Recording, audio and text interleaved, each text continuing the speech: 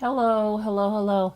Um, I asked you guys last week about Heather Elvis, and if you guys have heard about the disappearance of Heather Elvis, and it happened in 2013. And I think people in here have mentioned it before, and there have been, a lot of coverage of it. But it's come back. There's like updates on it as of like March of 2025, and it happened in Myrtle Beach, South Carolina, Horry County.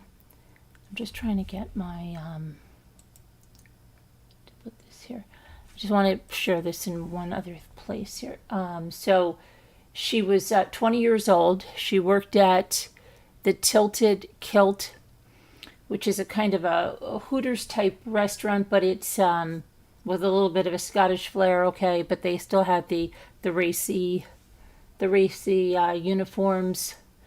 And what happened is she ended up becoming involved with a 37-year-old man named Sidney Moorer, who did some work, home improvement work or business improvement work around the Tilted Kilt. And Heather Elvis, a beautiful young girl, met him, and the two started having a relationship.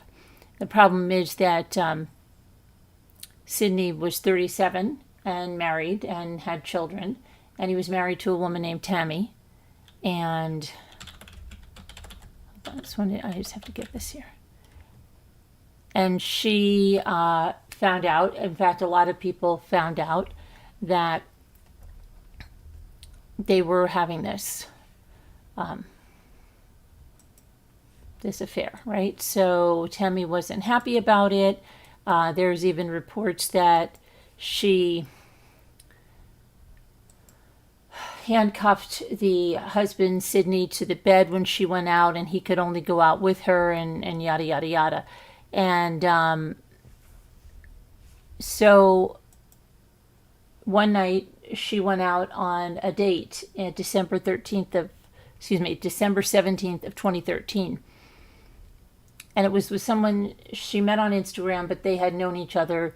I think it was through high school or something. Anyway, they went out, they ate at, I believe it was the Bandito's restaurant, and then they went to an empty parking lot where he taught her how to drive a stick shift. And she sent pictures to her father of her driving this truck with the stick shift standard transmission, and she sent it over to her dad. And that was because allegedly, like, her dad had tried to teach her how to use, a standard transmission to work a standard transmission, but she never picked it up. And so he was shocked that she was doing this. But then the next day, her car was found. Now, she didn't live at home, but her parents had, she used a car that was in their name, and they also had her on their phone plan. And I just want to make sure that you are with me before I keep going on and on and on, and I haven't even checked that you can hear me. And I'm going to sneeze. Oh, gosh. Okay. I'm sorry. Her name, and okay, so yeah, you can hear me. Let me just put this on here. So the next day, hi Linda, hi Gail, hi Jen Grill, hi Captain Lee Fan, hi everybody that's here and listening. Yeah, and I took a long swim today. I'll tell you about that later. Okay, so her car was found at, it was called the Peachtree Landings, and it was just empty. So there was a report early on. An officer went out there, and then the car continued to stay there. So then, hi WD, the officer went to the car, and then he was like, "Oh, this is suspicious. Okay, it's coming back. It's registered to her parents." So he went to her parents' home, and he said, "Are you guys missing a car?" And they looked, and they said no. And then he told them it was, an Intrepid, and then, "Oh, that's our daughter's." okay, well, let's go out to the car. Do you have an extra set of keys? And the father said, yeah, I have an extra set of keys. So he went with the officer and they went to the car. And inside her car was like so much stuff, like her clothing and even like artwork and things that was on the wall. But her purse wasn't there and her phone wasn't there. And the mother was home and trying her phone, and her phone kept going straight to voicemail, straight to voicemail. So they started to get a little panicky. And then they started to talk about the guy she was with the night before. But then other people said, you know what? I don't think you should be looking at the guy she went out with the night before. Who you should be looking at is this Sidney Moorer. And so there was also that Heather Elvis, who was this small, tiny girl. And because of the outfits that they wore at this Twisted Kilt, the people that were close to her there knew that she was putting on weight. Her bra size was going from an A to a B to a C. And it was suspected she was pregnant. And that Sidney and Tammy had gone to a Walmart. Allegedly, they were buying a pregnancy test. And so it's surmised that they were bringing her the pregnancy test. And if she was pregnant, well, Tammy was going to want her to disappear because she didn't want that. So I have the discovery in this case. And again, let me tell you what the new developments are here. Because Heather Elvis has never been seen again. And her body hasn't been found. Okay.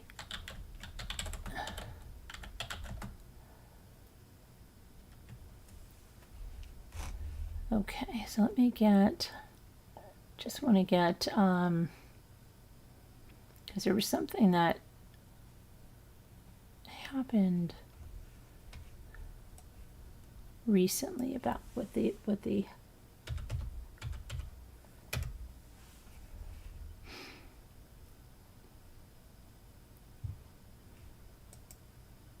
Heather's body has never been found. But Sidney and Tammy Moorer were charged with kidnapping Heather Elvis in 2014.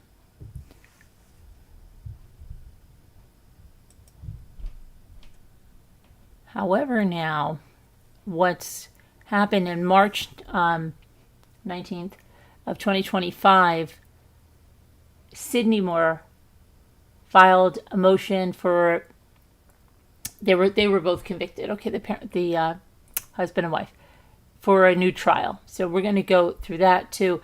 But first we're going to go through the discovery of what was happening back then. Now let me go to my files here, and I've got to overhaul my whole computer files very soon because I have to go clear out a bunch of stuff. Okay, let me get my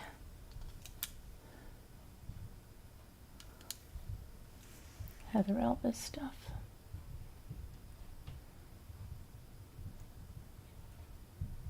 I think it's here. I feel this is it. Let me see.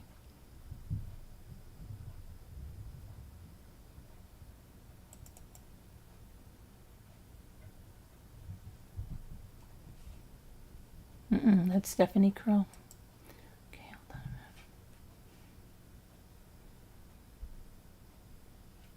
minute. Kale. These calls, are these Heather Elvis?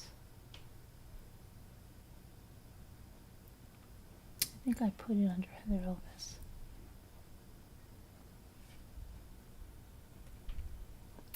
Got quite a few closed cases. I have Teresa Corley case as well. Where did I put my Heather Elvis? Here's my, okay, surveillance state Heather Elvis case. All right, let's see what this is. Yeah, well, theirs was titled... This is the harassment. wife. So my internet person is letting me know. This is Tammy. Here's what I wanted to talk to you about. Some of this stuff is getting pretty mixed up and you're getting convoluted in it because there is more to the Sidney, whatever, Heather Elvis relationship. Okay. And before you get in a jam on anything, I wanted to make sure that you were aware of certain things. Okay. I know on one of your posts you put something to the effect of that they just had like a, sex relationship in the backseat of the car. Okay. It was a little bit more than that because we have like hotel records and his name that we found in her car. Okay. And Well, anything can be tracked back, so if it's real, then we'll see. well, I'm saying, you can look at it. What I'm getting at is, I want to make sure that you have the whole story, and you're trying to defend yourself and trying to protect yourself against some of these people. Because we also have a video, and I can show you that too, if pulling it up for me, of Sidney making a call to her at 1:30 in the morning that night. And he said that you were with him in the truck. They told me they had a video of me meeting this person too, and No, there's no video of you meeting this person. I don't know who told you that. Okay. Here's the thing. When he made that call, and we have him on video that night, it's a completely different story. You were in the car, you weren't in the car. He says you were in the car. You can't hear the interrogation, Debbie? Is anybody else unable to hear the interrogation when it's playing? I stopped it just now. Is anybody else unable to hear it? Hello, Celeste Dorothy. Hi, hippie check. Hi, you can hear it. Okay, but when the wife talks, you should be able to hear it. Car. I don't have any reason to believe that you were in the car. I mean, and you're getting hemmed up on a lot of this stuff yourself when you're the one who's been cheated. But you guys don't understand. I have boyfriends. We have an open marriage. Okay. That's okay. I can That care should be less if better. we had sex with 100 people. Okay, all right. I mean, that doesn't really, it doesn't bother me. So, I'll rewind it. I'll rewind it since the volume wasn't up all the way, okay? I'll rewind it. Yeah, well, theirs was titled different than harassment. So my internet person is letting me know. here's what I wanted to talk to you about. Some of this stuff is getting pretty mixed up and you're getting convoluted in it because there is more to the Sidney, whatever, Heather Elvis relationship. Okay. And before you get in a jam on anything, I wanted to make sure that you were aware of certain things. Okay. I know on one of your posts you put something to the effect of that they just had like a, sex relationship in the backseat of the car. Okay. It was a little bit more than that because we have like hotel records and his name that we found in her car. Okay. And Well, anything can be tracked back, so if it's real, then we'll see. well, I'm saying you can look at it. What I'm getting at is I want to make sure that you have the whole story and you're trying to defend yourself and trying to protect yourself against some of these people. Because we also have a video, and I can show you that too, if pulling it up for me, of Sidney making a call to her at 1:30 in the morning that night. And he said that you were with him in the truck. They told me they had a video of me meeting this person too, and No, there's no video of you meeting this person. I don't know who told you that. Okay. Here's the thing. When he made that call, and we have him on video that night, it's a completely different story. You were in the car, you weren't in the car. He says you were in the car. I don't have any reason to believe that you were in the car. I mean, and you're getting hemmed up on a lot of this stuff yourself when you're the one who's been cheated. But you guys don't understand. I have boyfriends. We have an open marriage. Okay. That's okay. I could care less if we had sex with 100 people. Okay, all right. I mean, that doesn't really, it doesn't bother me. So the issue was when he made the call to her that night, were you in the truck? Waiting when he went to the... I was with him in the truck all night. Yes, I was there, but I don't know what the phone call, I don't know what that is. I know she called our phone. Well, he called her, I mean, the phone records indicated he called her from that payphone. And we have a picture of him at the payphone calling her. Okay, I know she called there, or I know there was 2 phone calls, and I heard the girl speaking, and he never lied about those, because I was there when he told them that there were 6 phone calls made to our phone that night. Yeah, on the ones from the cell phone. I'm talking about from the payphone. Did he tell you that he called her from the payphone? No, he didn't tell me that.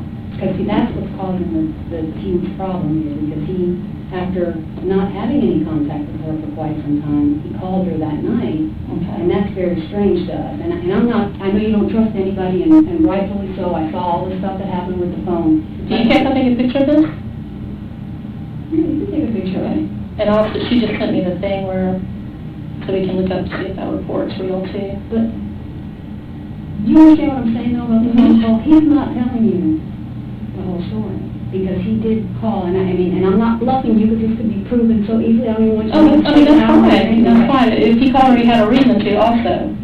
I'm saying that night, do you see where we're coming from on there being some reason that we have to look into the situation? Yeah, and I want you to. I want you to look into it, but at the same time, I want the people who are making the threats to our family to go to jail for that, because they've already had strikes 6, 7, 8, 12, 15, and no one's done anything to them. Where do you think the phone calls are coming from? I think from the same people that are doing the searching and all of that stuff, from this crew. And I mean, we're going to get to the bottom of that today. Okay. I mean, I don't want anything to happen to you or to your kids, or, yeah, I don't want anything to happen to Sidney, but at the same time, I want to make sure you're fully informed. Oh, yeah. I mean, I know people, if they want to try and make me mad, I'd love to see the text messages. You know, I paid to see them myself, because I wanted to see what was more to it.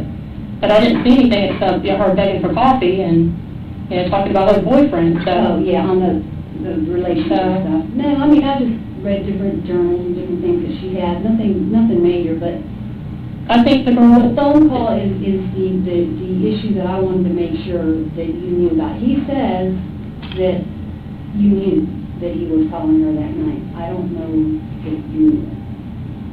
I mean, I might be wrong, he might have known that, but... There's things that, you know, I'm not supposed to talk about them without the lawyer present. Sure. And, you know, Sidney tells me everything. We don't have secrets. You know, I mean, that's the weird thing. People are like, oh my God, you're so evil.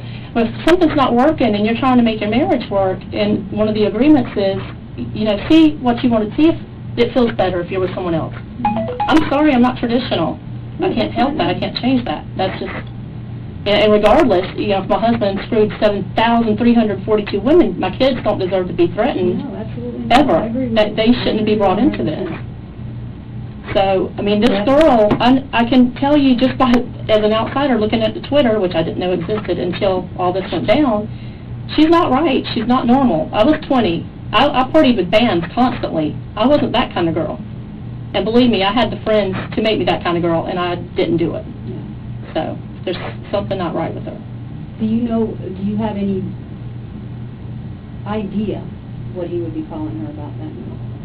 I can't talk about that without the attorney here. All right. Yeah. Well, just as long as you know, he made the call, and there was more to things than just backseats of cars, open marriage, all that stuff. I don't care. We're looking at just from a relationship standpoint. Right. You know, I'm not assuming that anything's happened to this girl. She could be running around for all. That's what I'm thinking too. She could just be. But that's. He doesn't want me. Say, here, buddy, deal with this. But I've thought about that too. The last person who talked to her. Well, something was brought up today. Okay, the 6 phone calls made, you know, in the 3 o'clock hour. The first 2 were blocked. We're assuming the first one was her, because the second one was definitely her. She spoke. Maybe, just maybe, you know, this telephone thing they're involved in was the last 4 phone calls that we did not answer. Why would she hide the first 2 and then the 4 are showing around? Well, this phone number stuff didn't start happening until just recently, you know, from the time you guys got back from your vacation. I don't know if it did or not. I mean, the phone call that she made, I don't know for a fact that she called. The only one I heard her speaking was the second one. So the last 4 could have been the same situation where someone was prank calling you last night. We don't know that. I don't know that. I mean, maybe you can figure that out, but I don't know that. Well, I guess what we'll do is we'll just deal with that other phone call at a separate time. I mean, if you have an attorney and want to come in and talk with us about it, I mean... They've already talked to Sidney about it, and I don't know what he told them. But, I mean, that's his place. I mean, that's not me to explain that. That's his place to explain that. Well, just as long as I needed to know before I pursue anybody for any of these phone calls to you that you did not know or were not involved in that phone call at 1:30 I wasn't involved in a phone call at 1:30. Or that you knew that he No. was calling her at 1:30 in the morning. You didn't know that?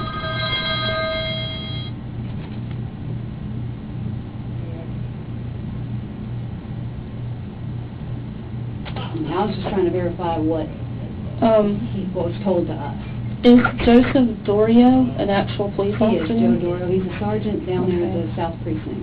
Well, this is who wrote this report, Okay. and I would really like to get a copy of that since they were. All right, we'll go ahead and get that. Okay. That's the one where he's named a suspect, you said? Saying he was a suspect in something. And it was on 1/20/2014 at 1:53 a.m. That's what's showing up here.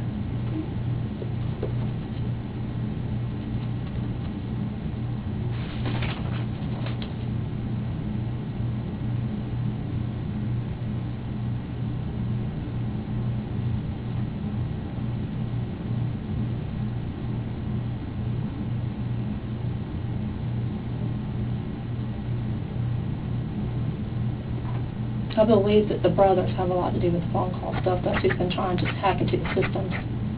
The Starnes. No, I don't know how he... Garrett Starnes? Do you know Garrett, Jordan. Oh, Jordan? I thought that was his wife. No, it's his twin brother. Twin brother, okay. Which one was... I don't know what I wanted to show you, the pictures that he sent me. I need to know who these people, if one of those is Starnes. Starnes is the one who's just staring? Yeah, Garrett Starnes is the one that's just staring with the hat on. I don't know who the other man is that had the weapons on him. The fat guy? Yeah, I have no idea who that is.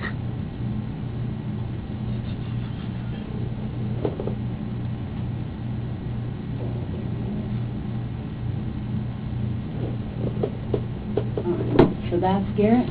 Or This is Garrett right here. And you're, Look. and that's not the twin brother? No, this is Garrett. Okay. And they're the ones that used to work with you at Hardware? No, they work with my sister. With your sister, then. Why are they so involved in this? I have no idea. From what I understand, they go to church together, and that's it. They go to church with Her father. I'll get back to you sometime tonight on what's going to happen as far as those phone calls. And we'll get you a copy of that report. And like I said, that's, the fact that suspect is written on there, that's got to be just a poor choice of words as opposed to any designation that he is a suspect. Well, are they going to tell us? Yeah, well... Okay, so hold on a second. I'm going to go into the file here. Now, that's that. Let me go in here in this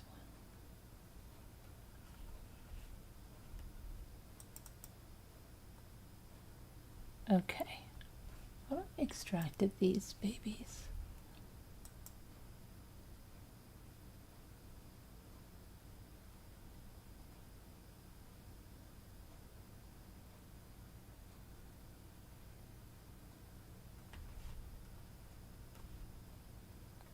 That is the surveillance footage. Let's see what that is. All right. Video.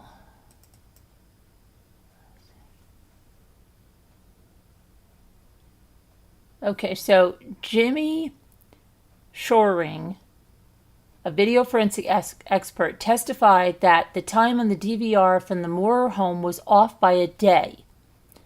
Jace Aylan testified her video system along the secondary highway, because this is regarding the surveillance footage, was off by an hour because she didn't adjust for daylight savings time.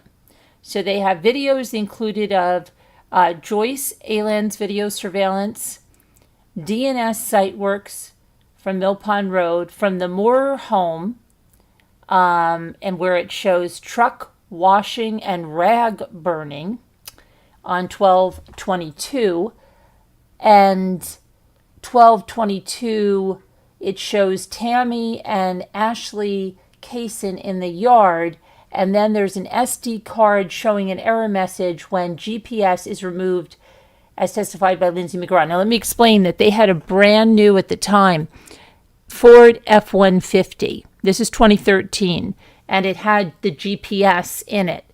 So that's going to factor into this as well. So let me see now. I'm going to go back to my file.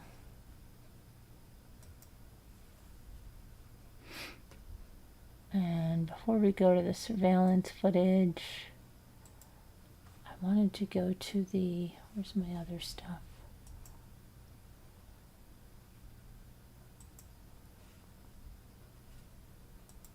Not that.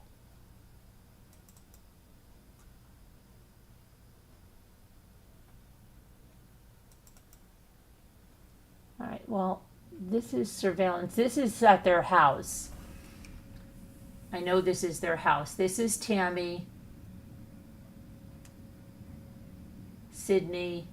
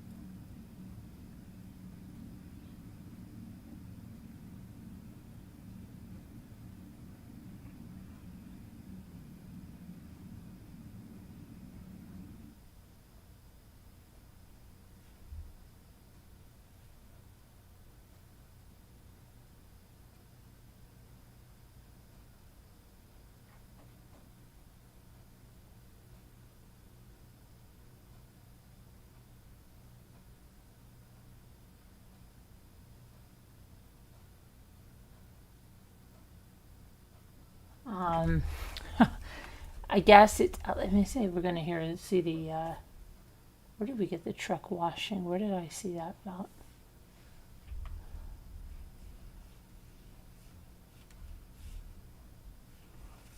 Oh, it must have been. Yeah, allegedly, one of these is going to have a truck washing and rag burning.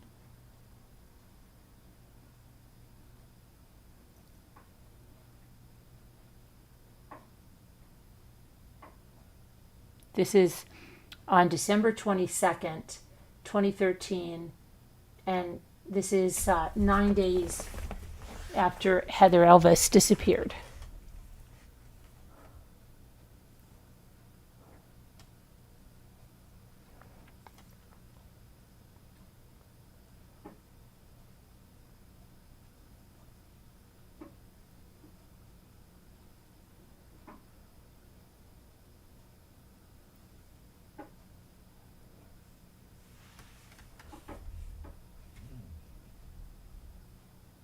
Should we speed her up a little bit? Let me see.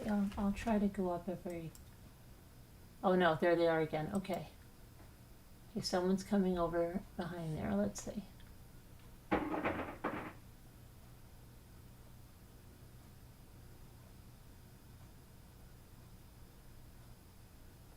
That's Sidney. That's Sidney, I believe.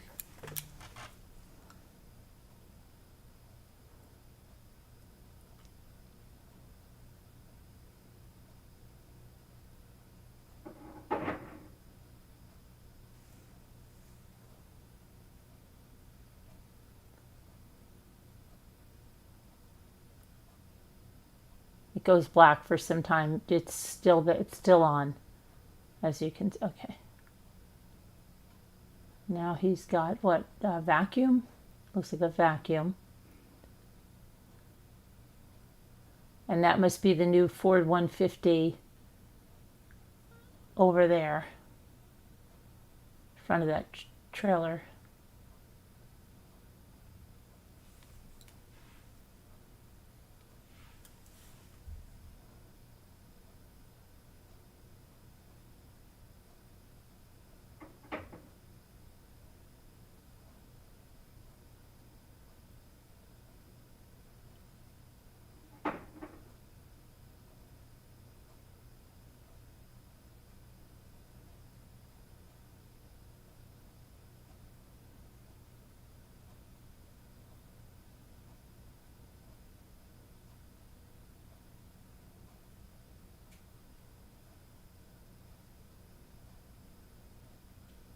Is that one Tammy?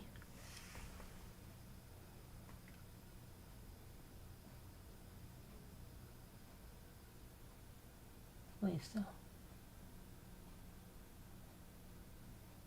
Where's that other lady that was out there? And that guy.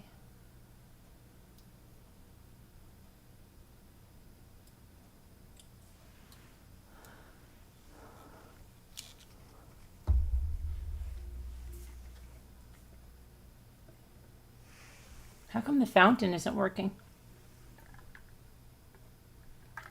Or is it? Maybe it is. I don't think so.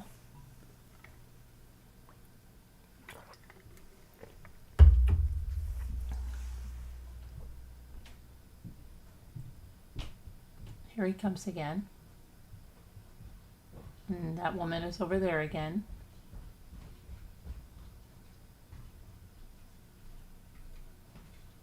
Truck, going by the truck again.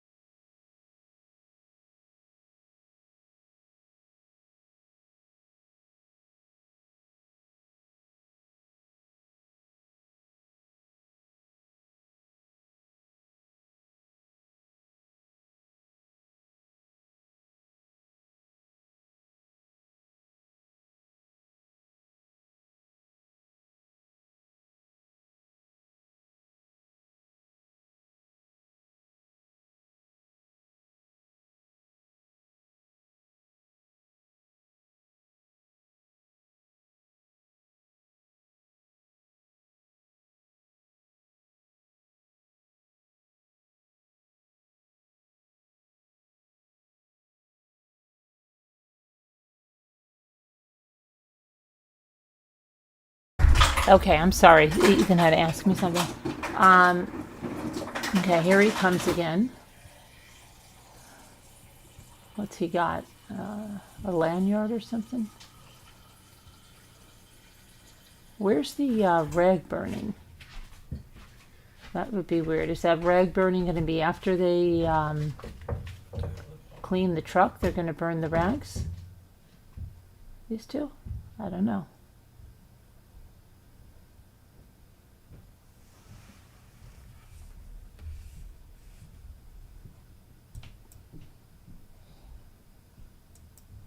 There she comes. What's her shirt say?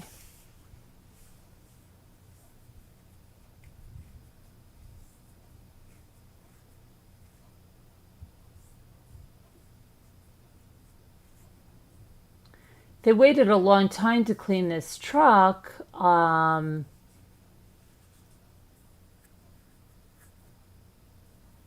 What did the forensic guy say about the timeline? Let me see. He said that their surveillance is off by a day. So maybe it's 8 days.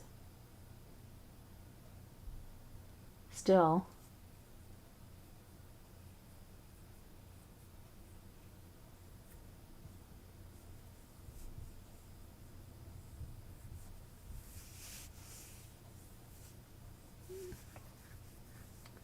Here he's got that vacuum again. What the heck is he doing? These people are giving me anxiety.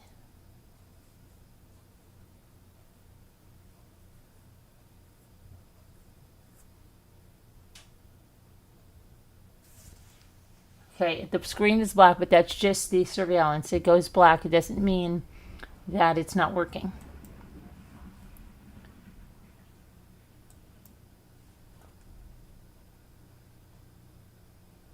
I know, so many times they're going back and forth, right, Jane Grill? It's crazy. What's like this all about? It seems like you think they would pull the truck closer to the house, right? Why would they want to be like all the way out there at the end of the driveway where everybody can be seeing them if they're doing anything that, I don't know. Right, Captain Lee fan, they may never find her body. I don't know. where, you know,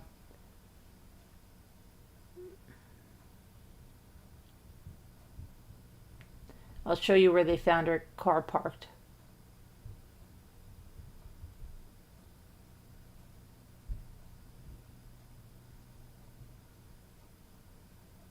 Coming back in.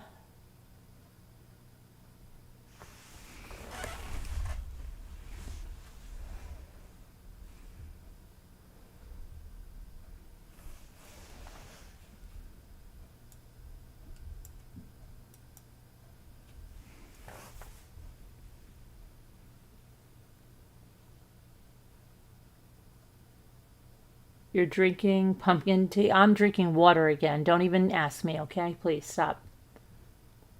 I'm just gonna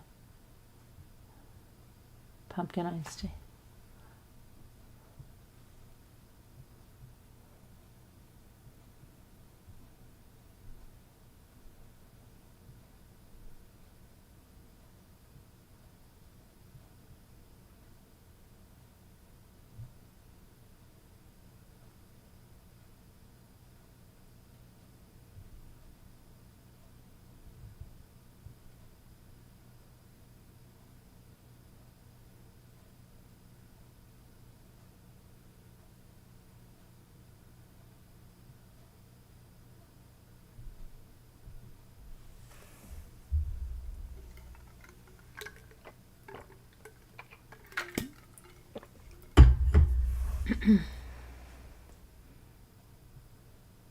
Hi, UHP. How are you?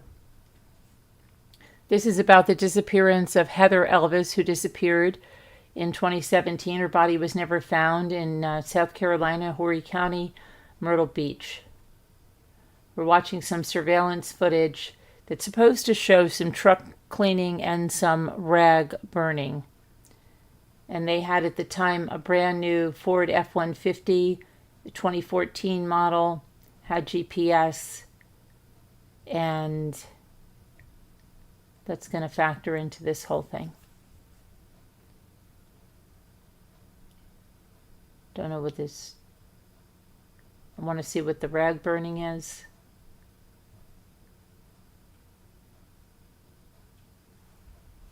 Okay, Captain Lee.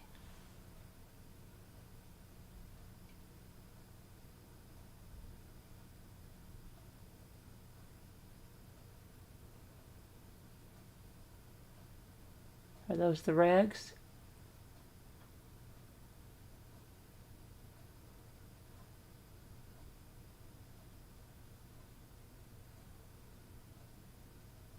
It goes black. Don't worry, we're still here. It goes black momentarily. Okay, now we've got a different view here.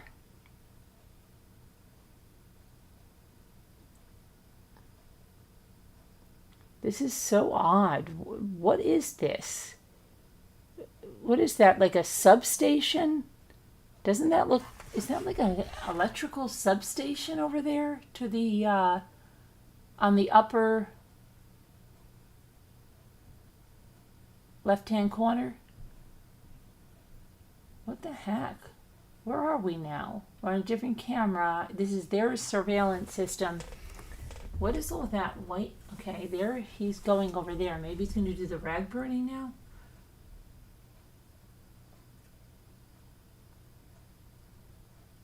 I think he's doing the rag burning now.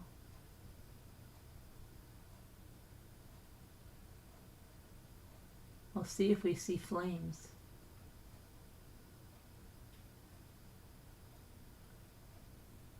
Looks like white rags. It looks like he just dropped a match in there.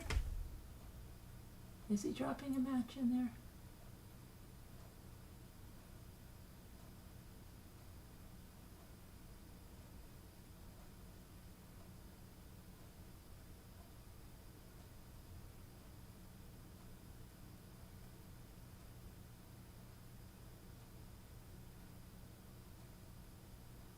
Is that like a fire pit thing?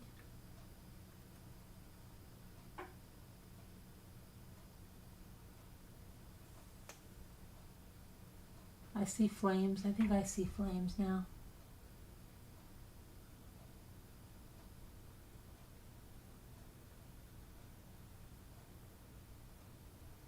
I see some smoke.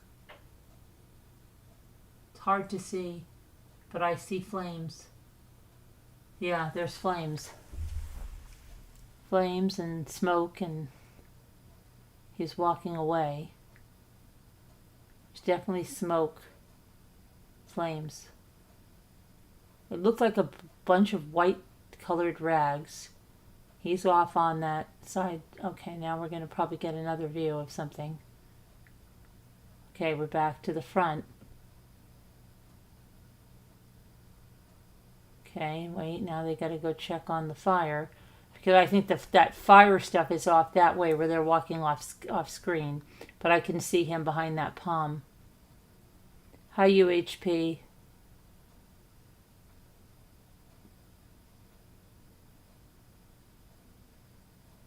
Oh, really? I hope you have a good day, though, with the mucky mucks.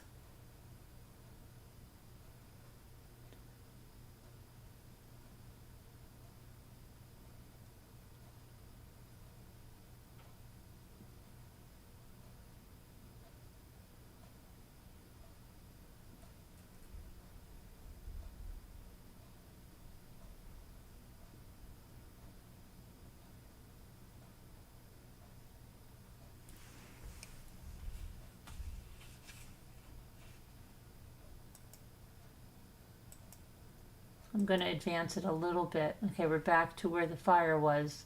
Looks like quite a mess over here. She's going out there now. And is he following close behind her? Oh no, I think that's that other guy. Because there's a guy over there.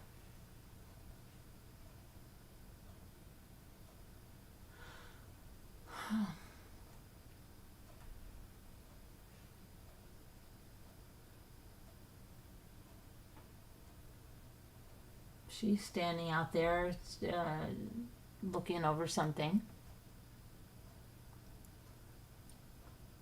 Oh, I think she just ignited some flame. It looks like she just, something like she probably put lighter fluid on there or something. I don't know. What the heck is she doing?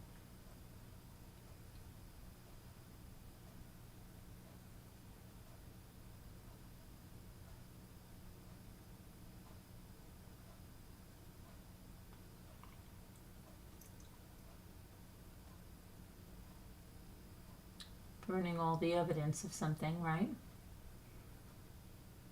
There's the flames. I can see the flames, and she's backing away from the fire. There's definitely fire.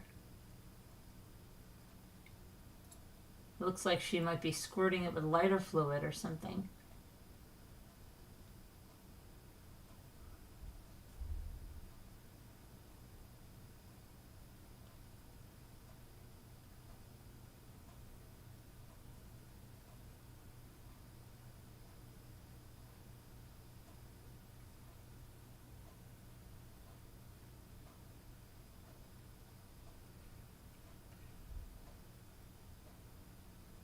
What the freak?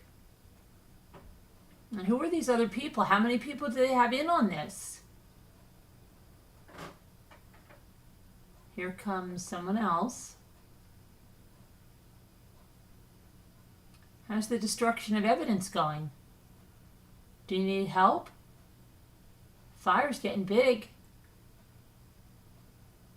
What are they doing?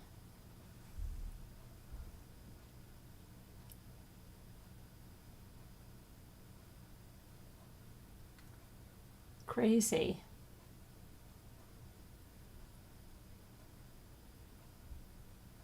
You published a white paper called Chain Reaction, questioning our electrical grid, the substations, and their security, and how we are wide open to compromise from nothing more than an 8-foot chain.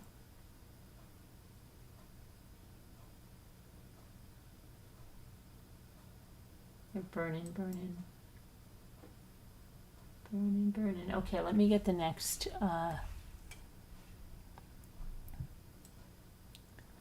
hang on a second here. Okay, I just want to get the other, this is the other one at their house. Let's see. See, the truck is moved in this one. Here's somebody out here. What is she doing? Looking for something in the shrubbery, in the mums. What the heck is she doing?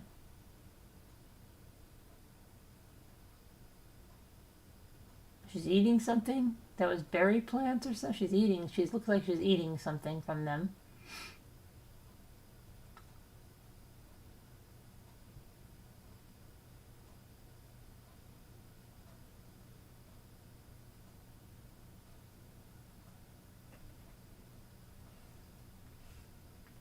What the freak is this lady doing? Is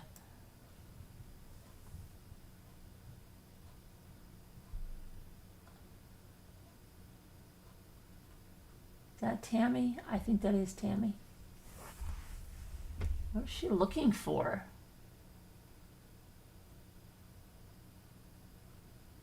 Or they hide things in the plants?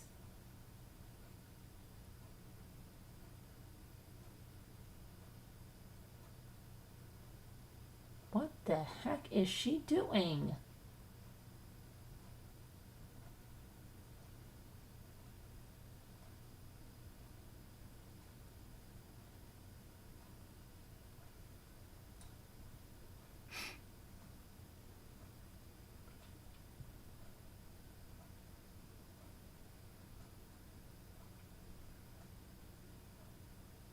This is crazy. What did they put, a weapon in there?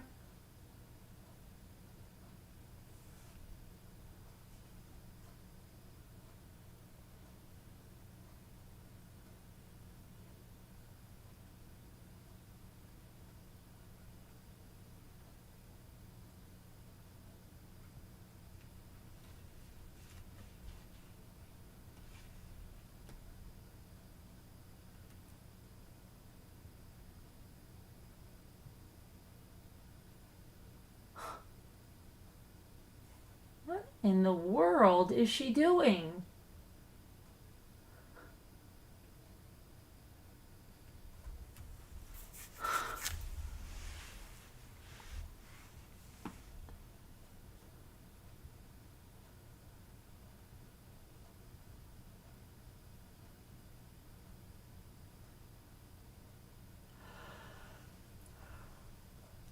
Maybe she's looking for a Christmas gift because the next day, or well, maybe is 2 days, is Christmas Eve, because their thing is. Maybe he said, I put something in the bush. Oh, what'd she find? A mirror or something? Did you just see that? She's got like a handheld mirror now.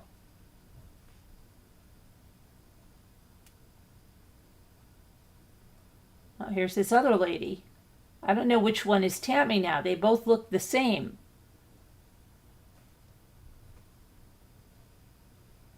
What is she doing?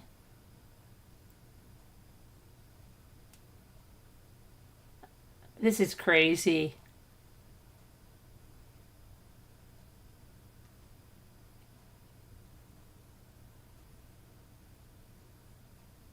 What in the world is she doing? What is she looking for?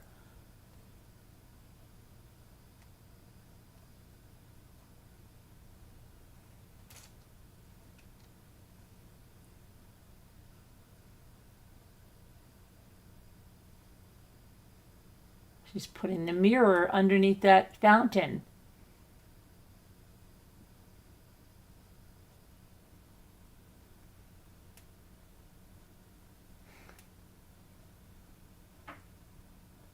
She's looking for bugs in cameras, you think, UHP?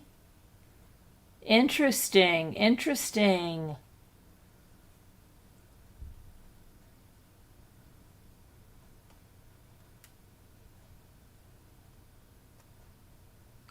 Is she paranoid that they're listening to her? That's what she's looking for. You're probably right, UHP.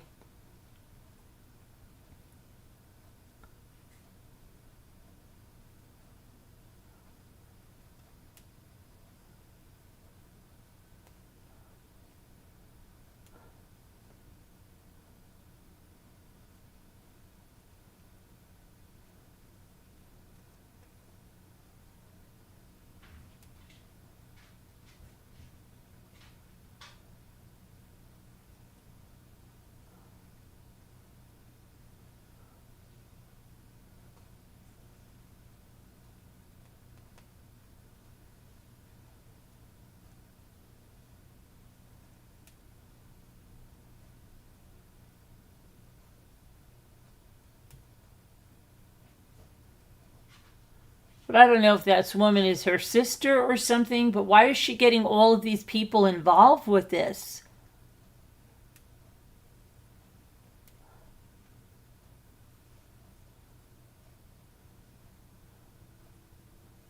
She's really, really looking at this fountain.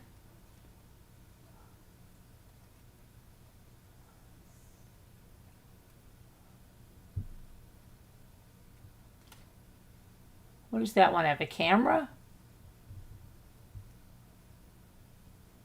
She taking pictures, that one over there? Looks like it, doesn't it? Almost like she has a camera. What the heck is she doing? So she's changing lenses.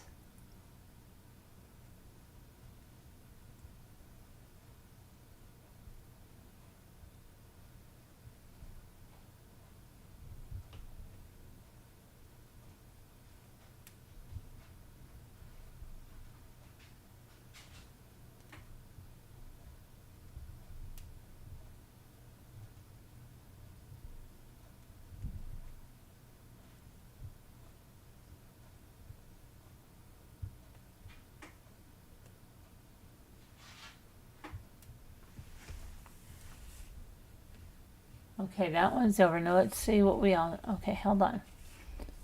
Hold on.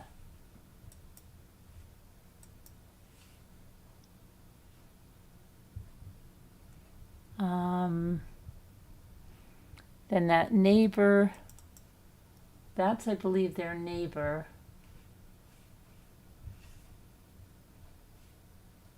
And she said hers is an hour behind. So this would have been 5 days after Heather Elvis disappeared.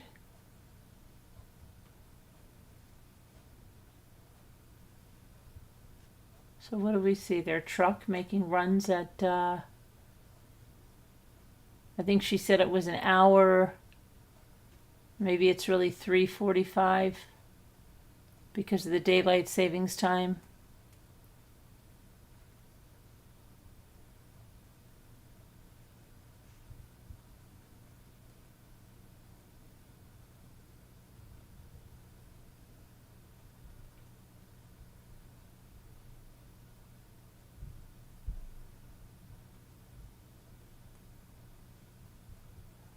I bet you we're going to see that F-150.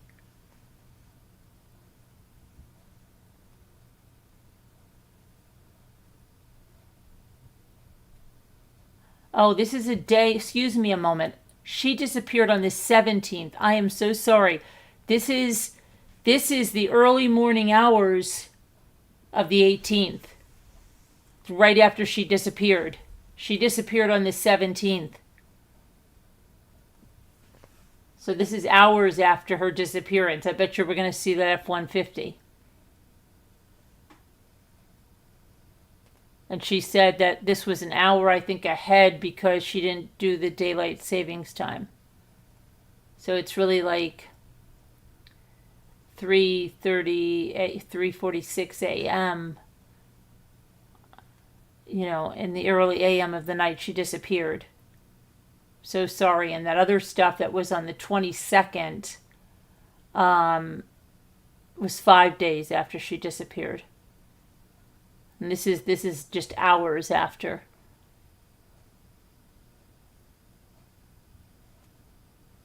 And I bet you we're going to see the, let's see. We don't see that Ford.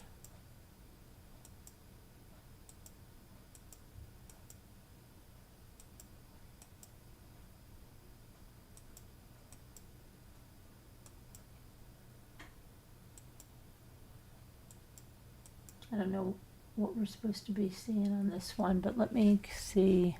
There's another. This is also the day that she disappeared, the early morning hours of the next day.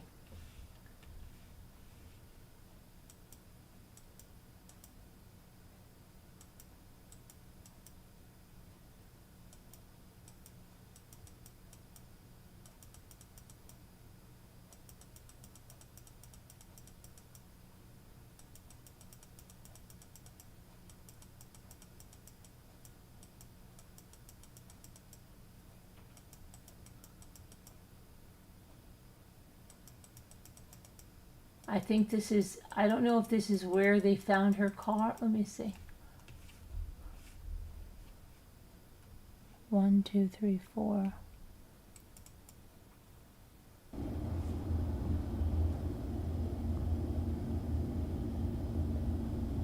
This must be from the Ford one, right? That's got to be the SD card in that Geo.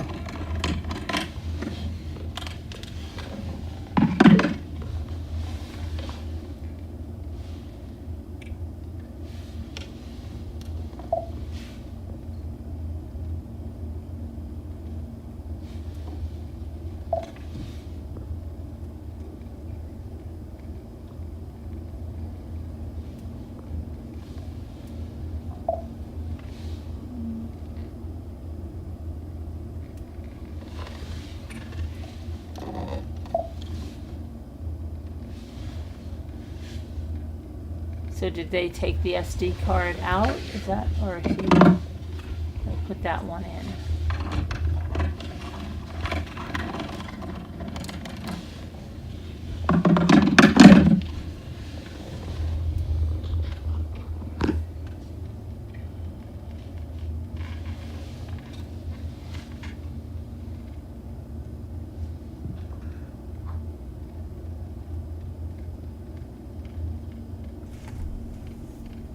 That's a gate, oh no, Gator Country.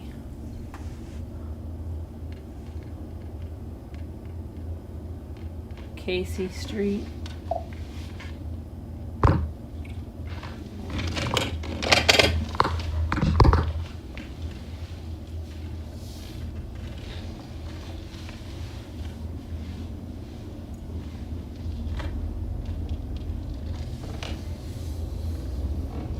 He's driving, but what's that going to tell him now?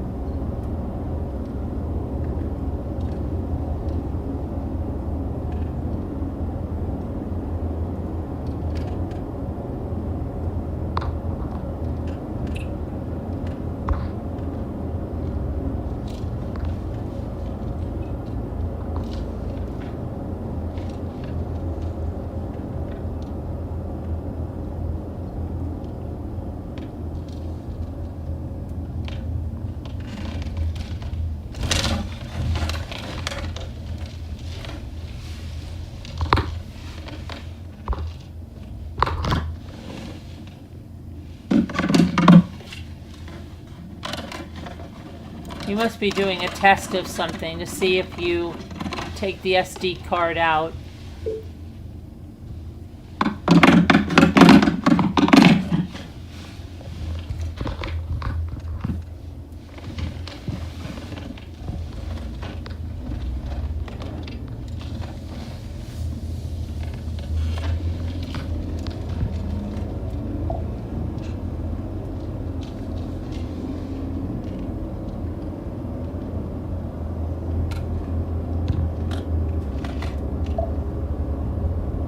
Where am I?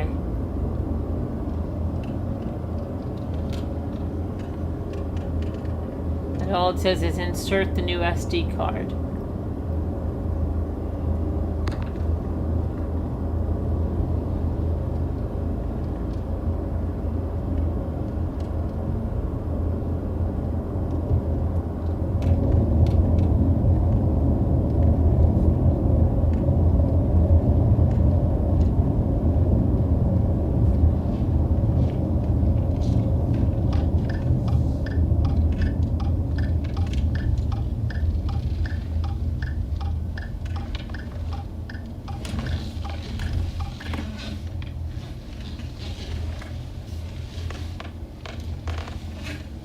Looks like he's at the Ford dealership.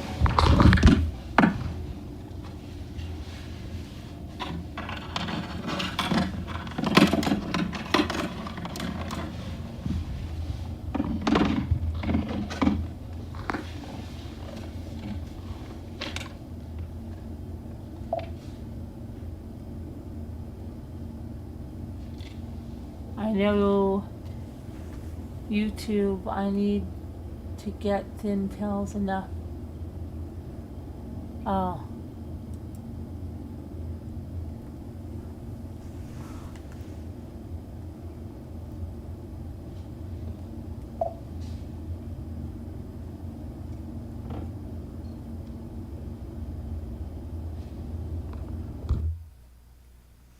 I don't know what that was about. Okay, hang on.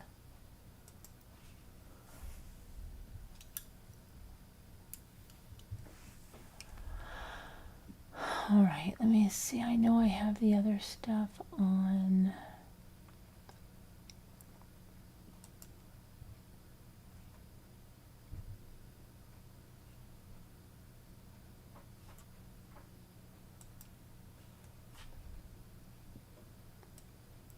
Hang on, because I'm just trying to get the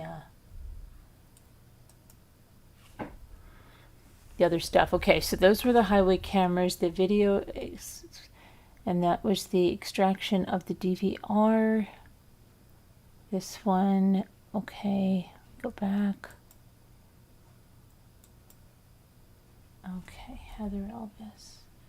State, Heather Elvis.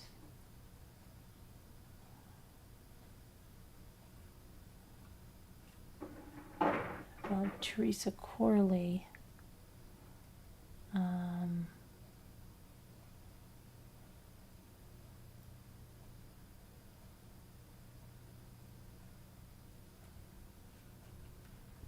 Surveillance footage. Heather Elvis. David Kale. And I have all these calls. Now, are these calls Heather Elvis or are they somebody else? Let me just see who these are.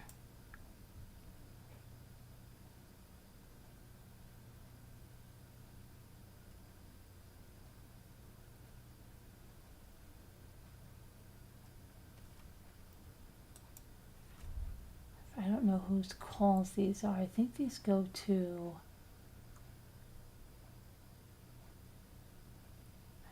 Elvis. Then we have, okay, let me just go into my other thing and see where I have, oh my goodness, some more of the Heather Elvis. Hang on, and then I'm going to tell you about if I do, hold on, if I don't have those, hold on one second, just go to my Heather Elvis stuff. Hang on one second.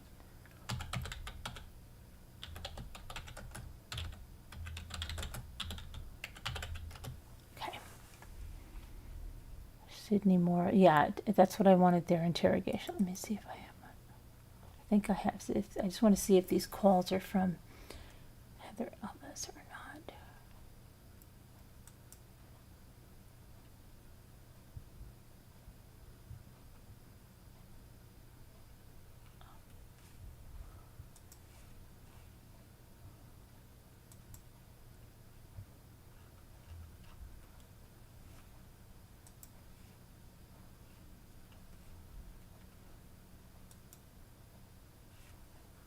David Call. Where the heck is the Heather Elvis?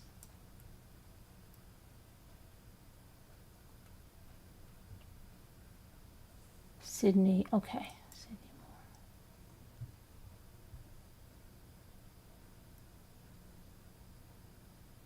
Oh, I know. Okay, I'm sorry. Of course. Hold on. I've got all the stuff here. I know.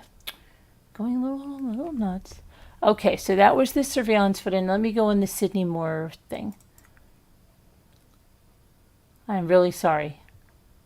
Okay, so I've got a lot of stuff. So again, this is in evidence. Make sure that I'm not losing that.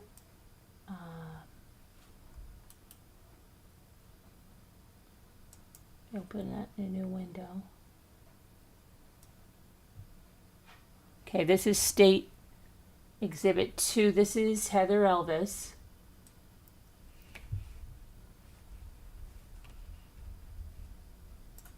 Very pretty young girl, only 20 years old.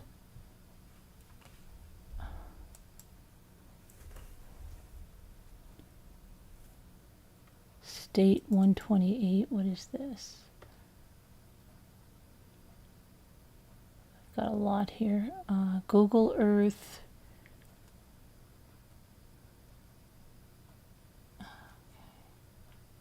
Audio chats. What is this?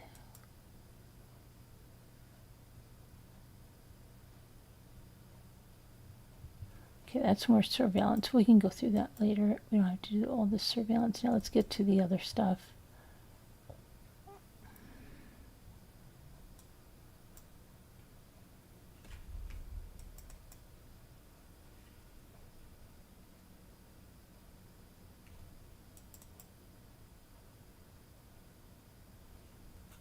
Defense, more.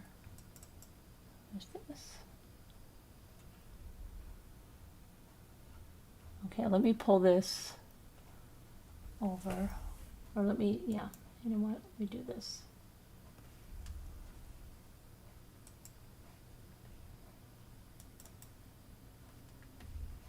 Okay, now let me pull this over.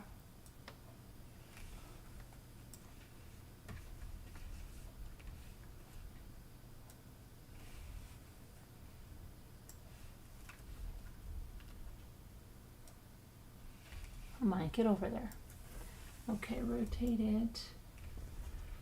All right, this is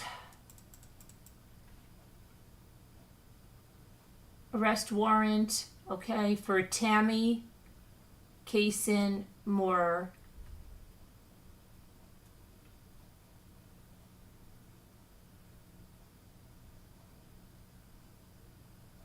And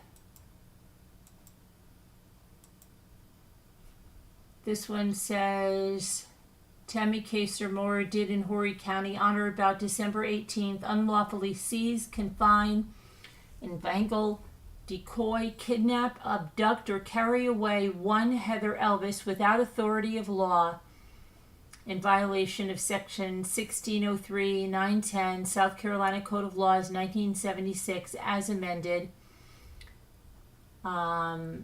Tammy, date of birth, March 8th, 1972, violent, most serious, convicted of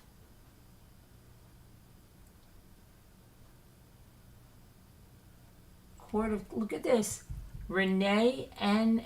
Doesn't that look like Elvis? Court reporter? Deputy clerk? She was 46. She wasn't 40. She was 46. She was almost 10 years older than her husband.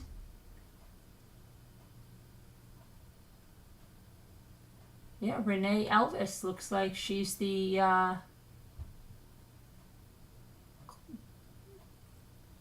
clerk. Let's see.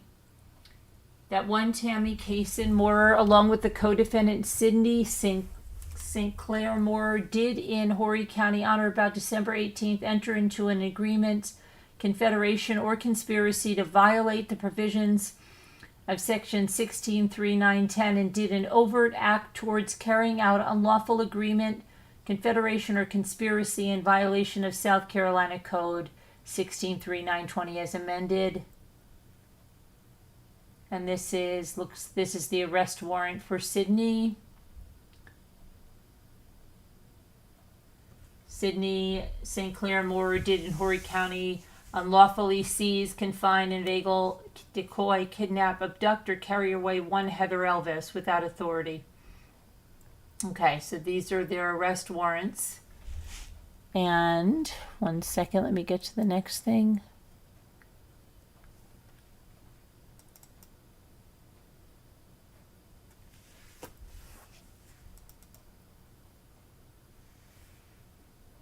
Could you please have the written definition of kidnapping?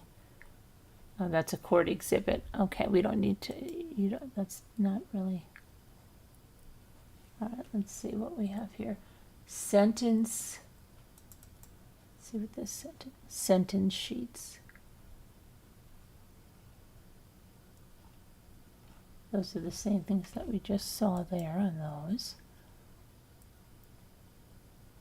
Exhibit list, state,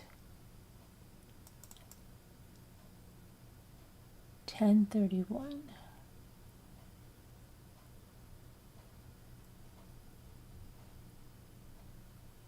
Okay, I'm going to just pull this over right.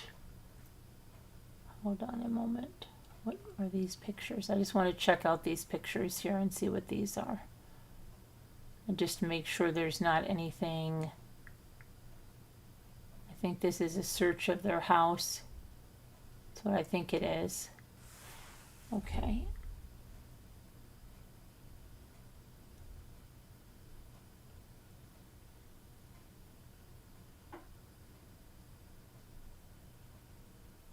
All right, let me pull this over.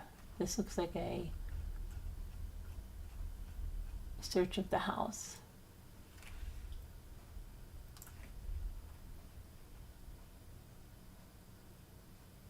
Or it's probably her apartment. This is probably Heather Elvis's apartment.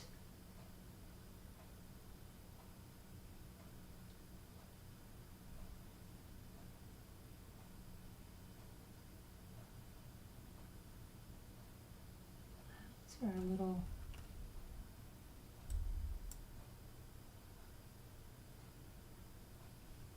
Open this in a new window. I'm just wondering if we can.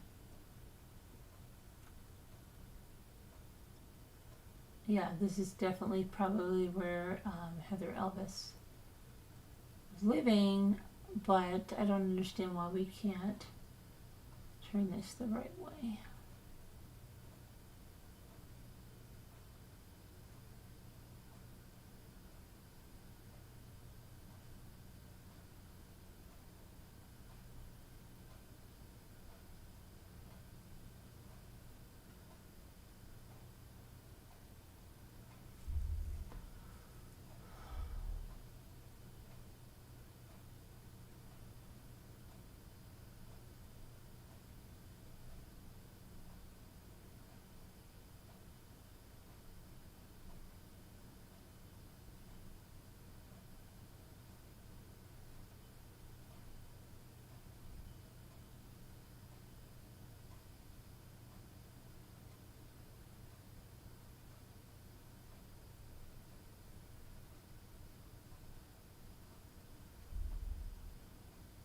There's some Oreos, a drink container, tissues.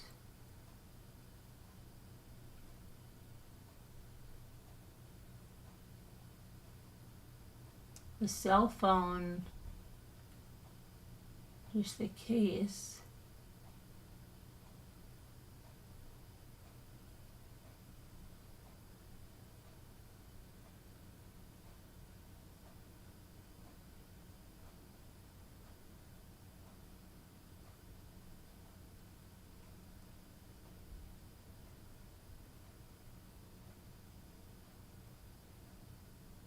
Suitcase. And remember I said there was a lot of stuff in her car. So did they try to make it look like she was going away here? I don't know.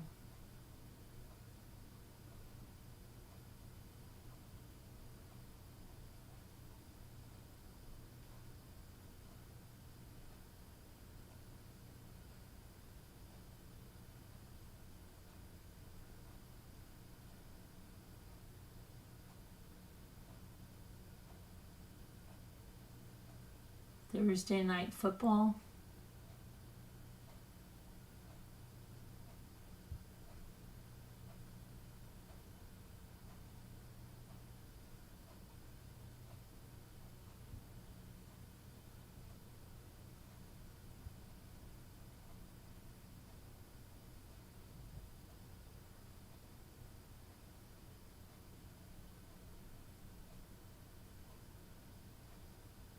Something's telling me that we might be in the other people's house now. I don't know.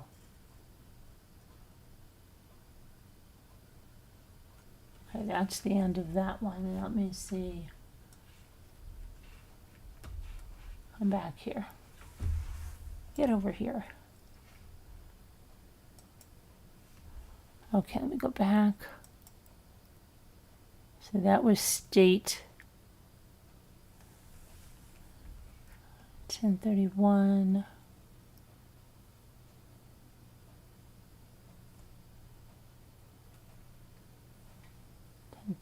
Is that what I just said? 1031.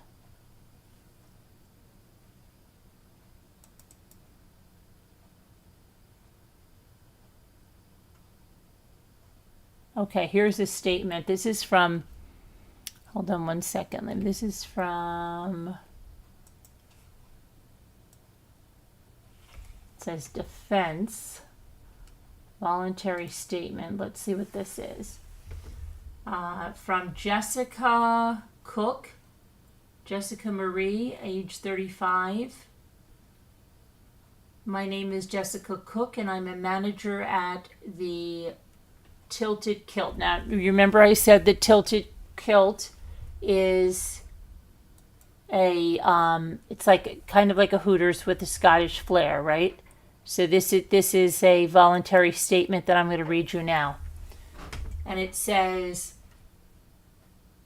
I have been one of Heather Elvis's managers for the last year and a half. Around April of 2013, Sidney Moorer became employed as an independent contractor used to fix things at the Tilted Kilt. When Heather first saw Sidney, she made the comment of, I want to sit on his face, and said that she was extremely attracted to him. In the days and weeks following, she made the same remarks and started having conversations with Sidney, and Sidney gave Heather his cell phone number. In the beginning of July 2013, Heather needed to charge her cell phone, so I let her use my charger while I was doing work in the upstairs office. And while I was working, Heather's phone was constantly going off with text messages, notifications, and after about 15 minutes, I grabbed Heather's phone to see who it was, and it was Sidney Moorer texting her repeatedly. I decided to read the text messages between Sidney and Heather. They were simple text messages of saying hello, and there were also more in-depth text messages between Heather and Sidney stating different sexual positions, places they had sex, including his Ford truck, hotels, and the back patio at the Tilted Kilt. When I saw the text about the patio, I went to my supervisors, Jay and Beth Sansone, and told them. I then confronted Heather at the host stand about it, and she didn't deny it. Jay then wrote a note on the whiteboard stating, ladies, please stop effing the maintenance man. He's married. Heather was then told not to have sex on the property. Sidney didn't come to work at the pub for a few days after that, knowing that he was in trouble. Dennis Hart confronted Sidney about his relationship with Heather and said along the lines of, it's your intentions are to just get in her pants, you need to stop. Sidney told Dennis he cared about Heather at that point. Everyone at the pub made jokes at Heather and Sidney about the patio until Heather started making jokes about it herself. So the jokes stopped. Heather and Sidney were very open about their relationship after I read the text. Sidney would come up to the pub on days that he wasn't working or picking up his checks to visit with Heather and bring her Starbucks coffee and a bagel factory. This would happen just about every day. Heather would work on nights. Heather would work and Sidney would work. Heather would stay after her shift to talk to Sidney. Also in the text messages, I read in Heather's phone were texts joking about how Heather would come back to work to visit Sidney after everyone else would leave. We would all leave together, with the manager being the last person out of the parking lot for safety purposes. Heather would come back to the pub, and that is when Heather and Sidney would have sex in various places. Some of the texts were, "Are you coming back? Sidney, I will be back in a bit. Heather, meet me at your truck. Heather, be right there, Sidney." As far as I'm aware, they didn't have sex on the patio after we confronted them about it. Sometime around something October, Heather came to work and told some of the girls that she found out, meaning Tammy Moorer, found out Heather and Sidney were having an affair. She said Tammy, knew Sidney was having an affair, but didn't know who he was sleeping with. As a joke, two of the girls, Lena Cataldo and Tamara Mozingo, called the pub phone from one of their cell phones, pretending they were Tammy Moorer. I don't know what all was said in that phone call, but Heather's whole demeanor changed. She was very nervous and repeatedly asked to leave. We finally sent her home, and the last phone call Heather answered before she left was actually Tammy Moorer saying she was coming up to the pub. Heather ran upstairs, changed her clothes, and had our kitchen manager walk her to her car in under 5 minutes. When I saw Heather next, I asked her how Tammy found out it was her, and Heather said she had texted Sidney and Tammy had his phone after the girls made the fake phone call asking Sidney how Tammy found out it was her. We never saw Tammy come to the pub that day. A few days later, Tamara and Lena told Heather that they made the first phone call, and they made Heather very upset. Around the same time, Heather showed me her phone that had somewhere around 95 missed calls from Tammy Moorer in a 2-hour period of time. The phone calls and text messages continued for several days. Tammy would call Heather from both Tammy and Sidney's phone. I witnessed Heather answering one of the phone calls by picking up the phone saying, "Leave me the F alone," and she hung up. When I asked Heather who it was, she said the crazy biatch, which is how she referred to Tammy Moorer. In mid to late November, Heather's breasts grew considerably, going from an A cup to a C cup. She had to get a new bra for her uniform. When she was switching them out, I looked about her being pregnant, and she blankly looked at me. I asked about her being pregnant. She blankly looked at me and said, "I think I might be."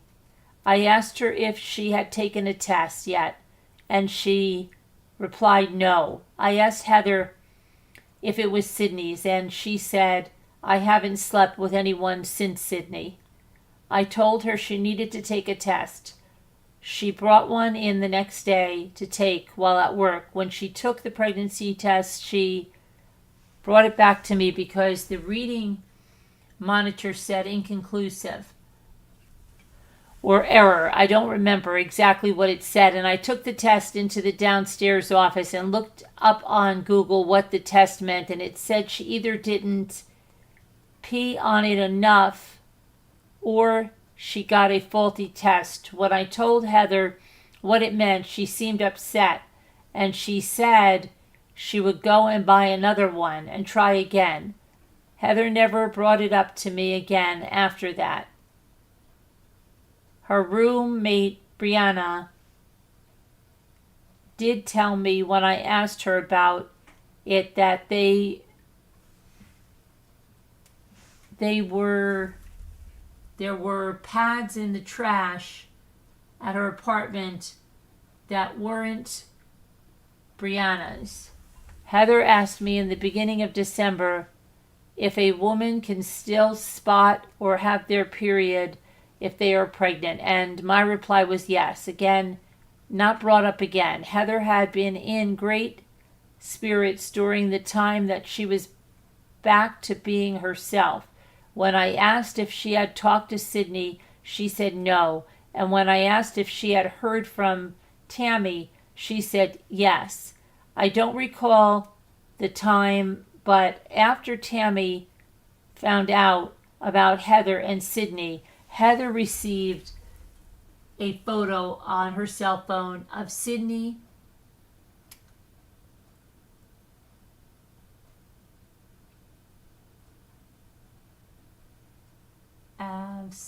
getting down on Tammy. Heather showed several girls at the pub the photo, and including myself. She laughed about it as if she didn't care anymore about Sidney and what he was doing.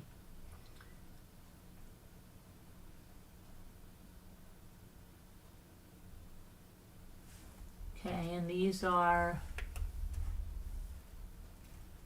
yes.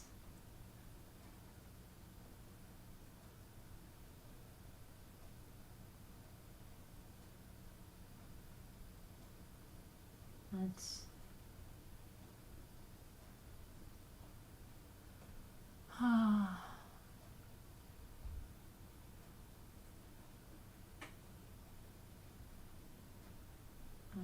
it's kind of weird stuff. We're talking about her having to buy tampons. While seeking revenge, dig 2 graves, one for yourself. Who's writing this? DeAndre Bryant. Prioritize the obstacle. I think this is that Twitter stuff.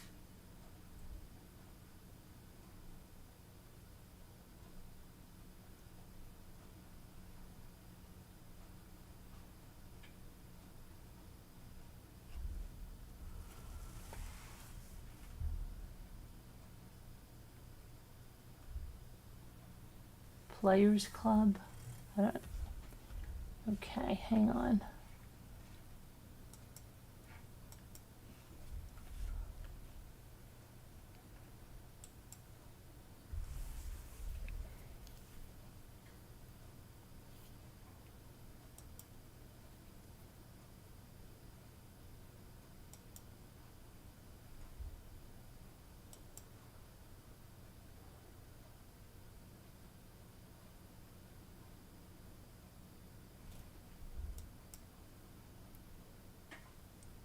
Okay, so that was the voluntary.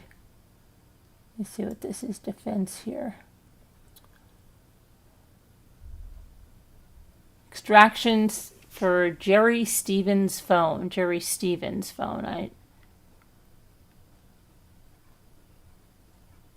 Okay, so these are just some phone records.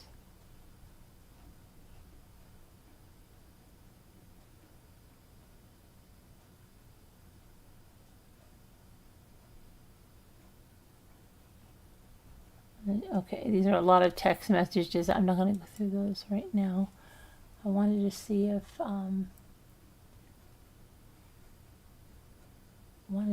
we had a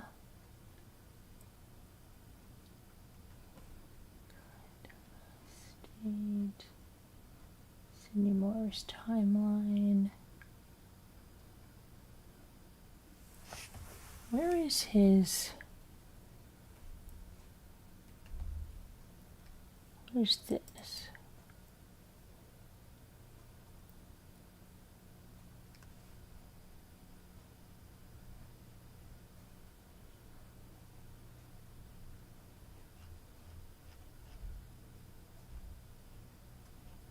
What is this? Like the wrong way. I just want to know why this is. Okay, this is crazy here.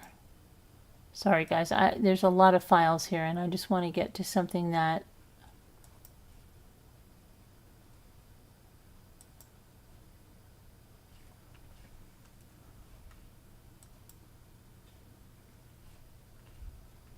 go over here. Sidney, Tammy, Lawrence.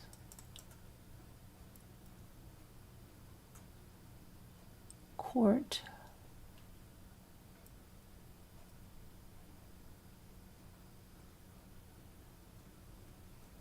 Let's see what this is.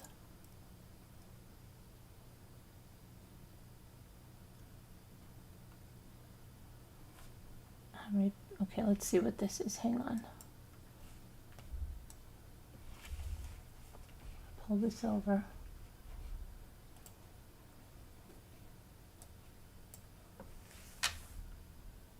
Okay, Horry County Crime Report.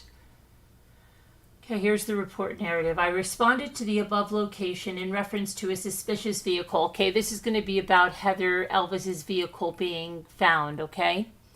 So it was parked at the Peachtree Boat Landing. Upon my arrival, I observed a vehicle that bearing South Carolina registration sitting in the parking lot of the boat landing. Upon running the South Carolina license plate, I responded to the entity's address, who's the father of the victim, who stated that it was his car and that his daughter drives the vehicle all the time.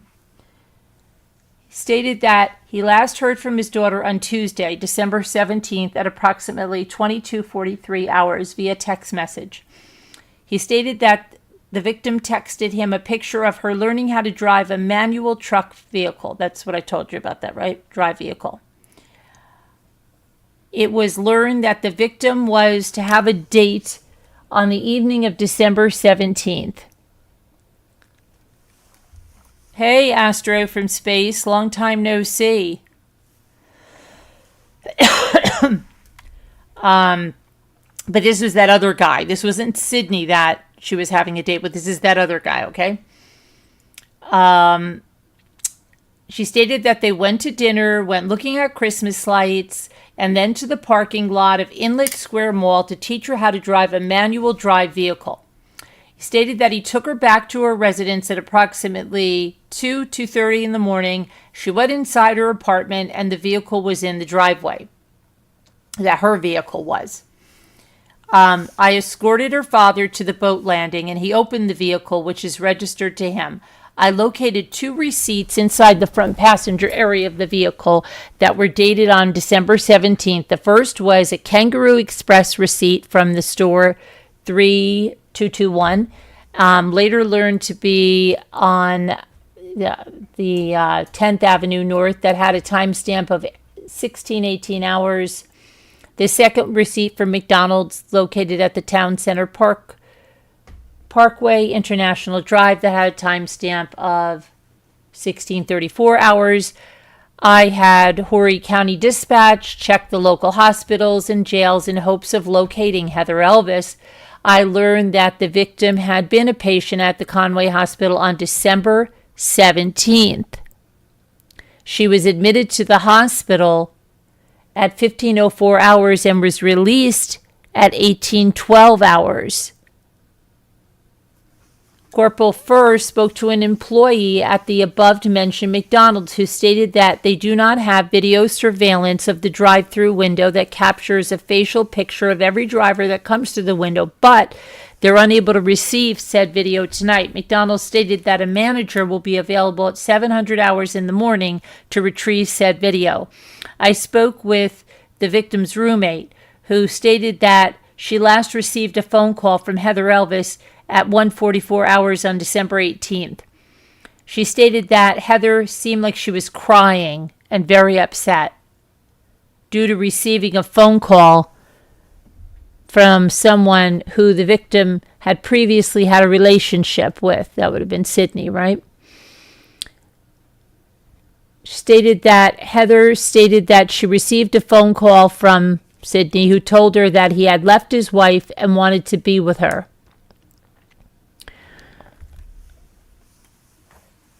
The father stated that he contacted his cell provider, T-Mobile, who provided him with a call history for Heather Elvis's phone, and he advised me that the last phone calls were at approximately 600 hours on December 18th, and the calls were back and forth between Heather Elvis and Entity 4, which I believe is Sidney.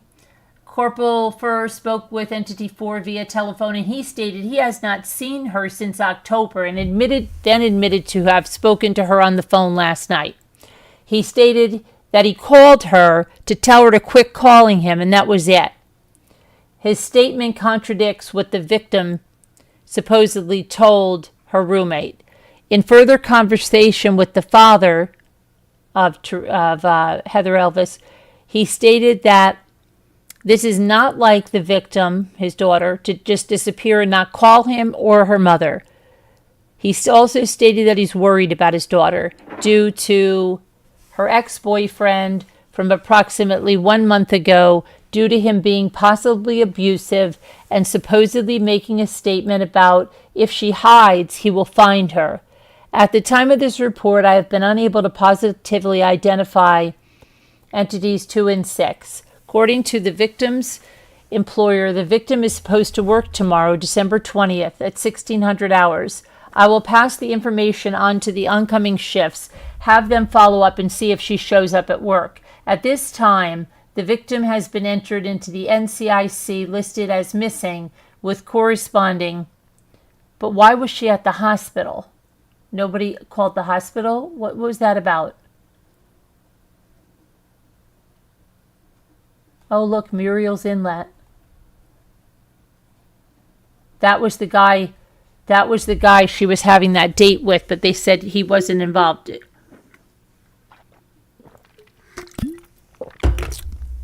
Okay.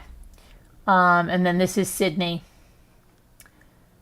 All right. And then this is former boyfriend, possibly works at the House of Blues. Okay. This is a follow-up report.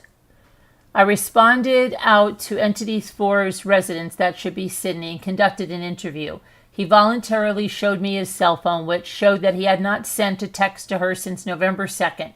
His phone also showed that the victim attempted to call him multiple times between 3 and 4 hours on the morning of December 18th, both from a blocked number and at least 4 times without blocking her number. At this time, I do not find a reason to believe that Entity 4 knows the whereabouts of the victim. Now wait, Entity 4, let's just make sure. Entity 4, Entity 3, Entity 5.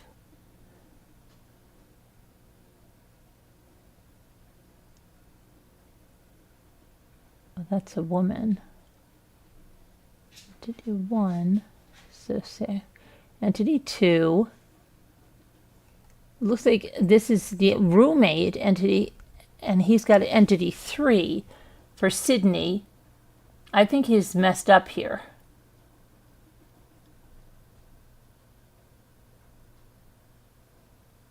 Okay, I don't know. That seems weird. Because it says he showed me his. That can't be. I think he's got a mistake there. That should be Entity 3. Okay. And then we've got this. I responded out to the McDonald's at the intersection in reference to getting that surveillance, right? They're supposed to have a copy of the store's security footage for the missing persons case. I made contact with the manager, and he did give a DVD of the security. The manager stated he spoke to Detective Wilson, and I will be turning in the DVD. Okay, so he's getting the DVD. See what else we have. Okay, a gentleman on December 27th. A gentleman went to Surfside PD. Took one of the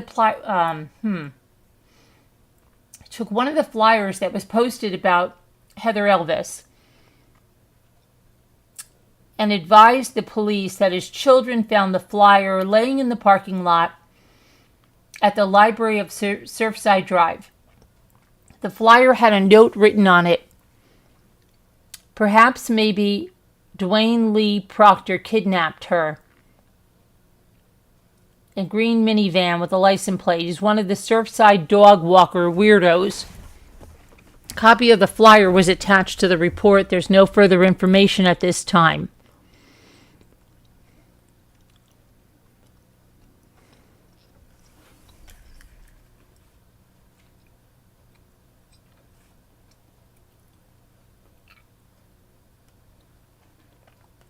Okay, this is February 21st, 2014. This is 7:30 hours.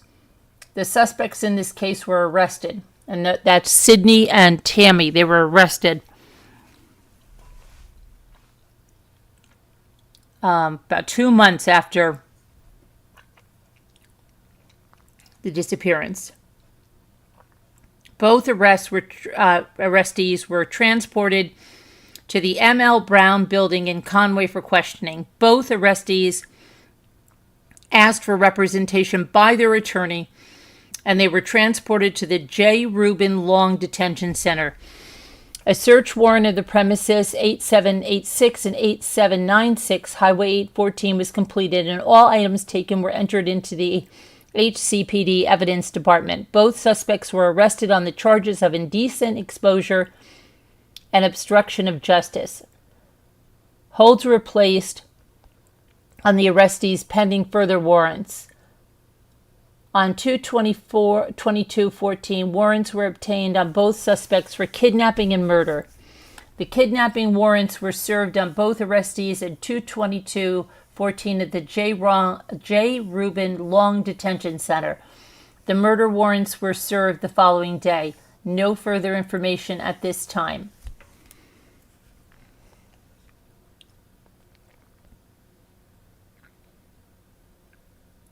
Okay, here's Sidney,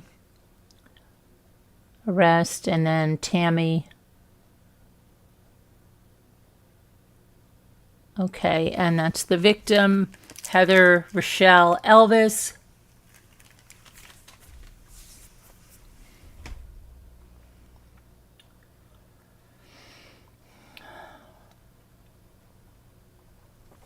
Okay, let me go back to my little thing here. Hold on.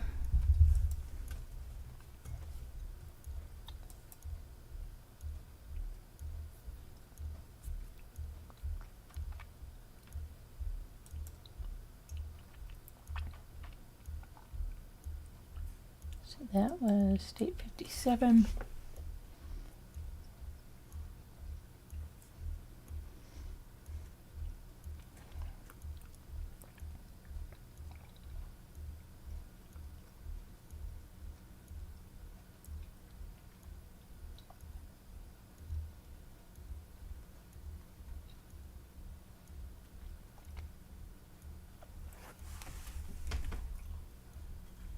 Okay, let me see what this is.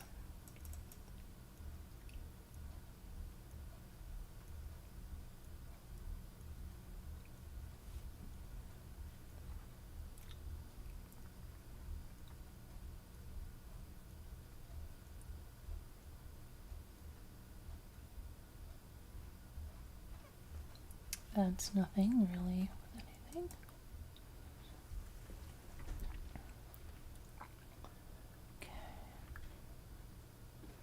State 125, I went through that.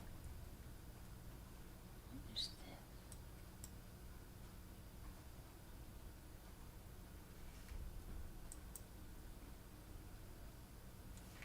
this? See what this is. This is an audio file of some kind. Let me see what this is.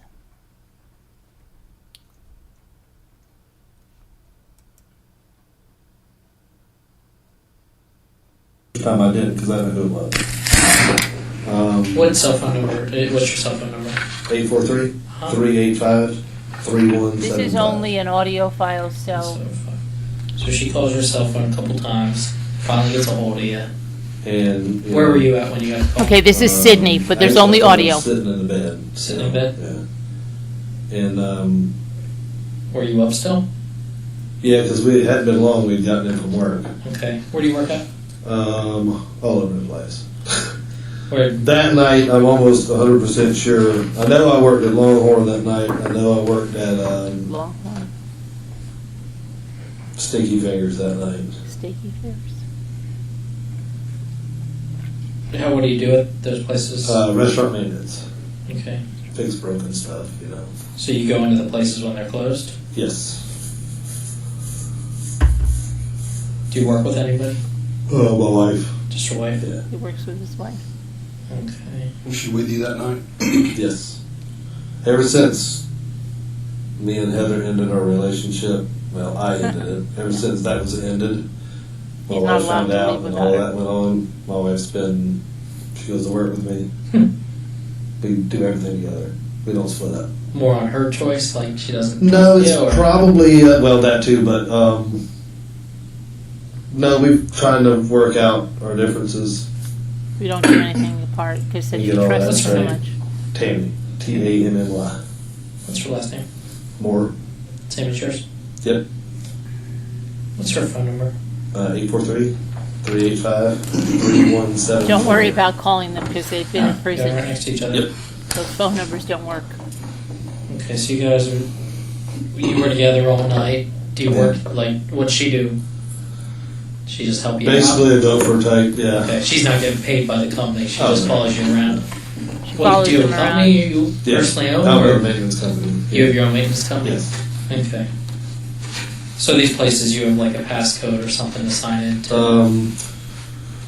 Olive Garden, no, because, So a manager lets you in? Because I know they set passwords most of these places. yeah, the way all the Darden restaurants work is there can be no less than 3 people in the building at a time. Unless there is a security guard there at a time. Mhm. Which I know in the past week I worked one night with a security guard and I don't remember what night it was. I don't think we were there. Does Olive Garden have security guards? Yeah, if I'll set it up ahead of time, they'll have a guy come in. Okay. So you think there was someone there that night too? But the night we worked, I'm trying to remember because my nights and days go together. So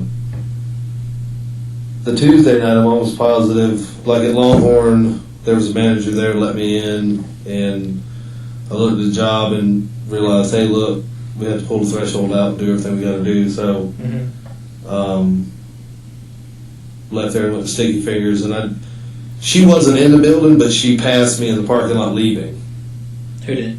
The Your wife? manager for Oh, the the Sticky manager. Fingers, Okay. yeah. And I was going in, and she was going out. Okay. So I went in there that night, and I do have a key and an alarm code to there. Okay. Um, So no one has to be with you at Sticky Fingers, but right, just me and my wife, yeah. okay. And then you go into those. Did you do Longhorn first or Longhorn first, Okay, then Olive and Garden. then Olive Garden. Okay. And what time do you think you got finished up there? Probably around 1 or so. Okay.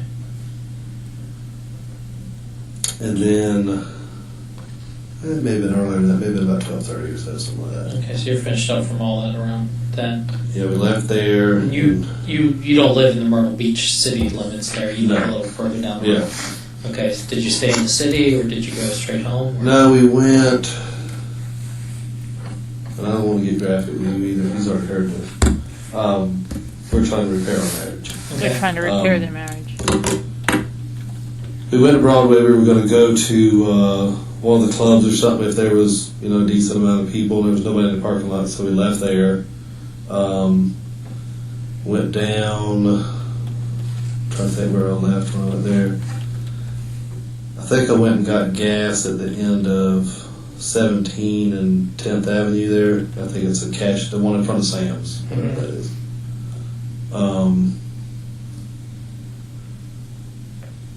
Did you? I'm almost positive I got a pregnancy test that night. I don't know if it was in that order. For your wife? Yes, because we're trying to have a baby. Was it Yeah, at the trying gas to have a station? baby. No, it was at Walmart actually. In Which Myrtle Beach. Walmart? Myrtle Beach Walmart. I believe she was 46 years old at Seymour this Street. time. 501. I'm trying to have a Do you baby. think that was before or after gas? I cannot remember. Trying to repair their marriage by having a baby. They listened to, And I then guess, we Chris Was your Watts. wife with you Yes. the whole time? Yeah, she was with me the whole time. Remember when he made that Then we speech? left. When you got gas, did you pay at the pump or did you go inside? Yeah, because the attendant was gone, so you have to put cash in the machine itself, like in the pump. Okay. Like cash? They actually take some Yeah, cash it in takes that? yeah. Because you didn't go into that building? No, because there's nobody in it. You can't. It's just like a drive up anyway. Okay. And then we went down 501 because I went to show her. 11, 8, and It happened like 14 there's were their a kids' car ages. and SUV set up like a slaying reindeer type thing. So I went and showed her that, and Oh, when we were at Broadway, we had sex in the parking lot. Okay. That's, No one was that's the there. graphic part I was talking about. Okay. No one was in the parking lot. Right. Where, which side of the parking lot did you park? Like by the Christmas tree. Is that near the bar side?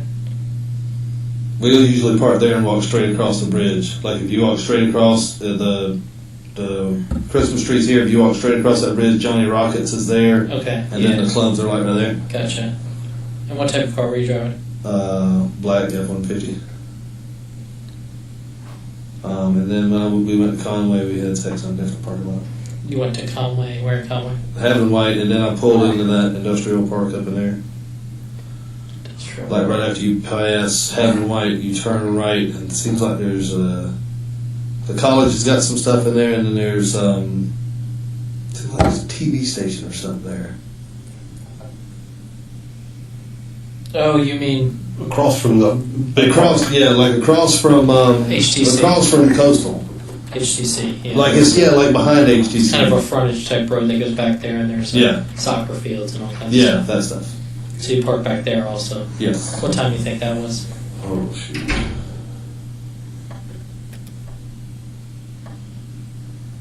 Probably 2? 2:30 maybe. Okay. So then did you drive straight home, or did you go somewhere else? I'm trying to remember. I know I left there.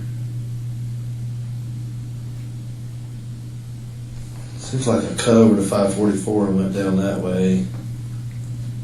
I'm trying to remember where I went. If we went home then. Well, you might have had sex in another parking lot since you're trying to repair your marriage, and that's the best way to do it.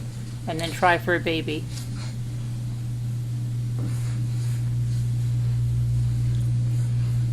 We may have gone home after. I can't remember.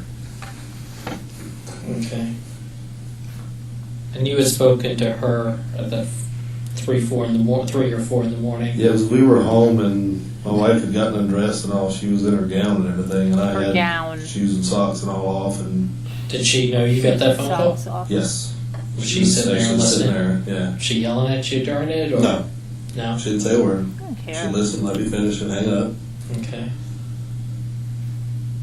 She's like, "Who was that?" And I told her who it was. And she said, "What the hell?" I said, "I have no idea." So I turned the volume down on the phone, put the phone off on the nightstand, and we Hey. had sex again. Yeah, again, and 3 then times now, right? I made her. If she's not pregnant, she's going to be. I hope that's what we've been trying. Oh, he hopes. When was the last time you talked to her before that 3 or 4 minutes? He's such a family guy, you know? He's a real family guy. He In wants another October, baby. beginning of November, right in there somewhere. So you had talked to her in Oh no, it was like well before, because we went on vacation. It was well before we went on vacation, and there was nothing. The last no thing, contact or anything? yeah, there was the last thing that was sent or anything was she sent a period to me, and that was it.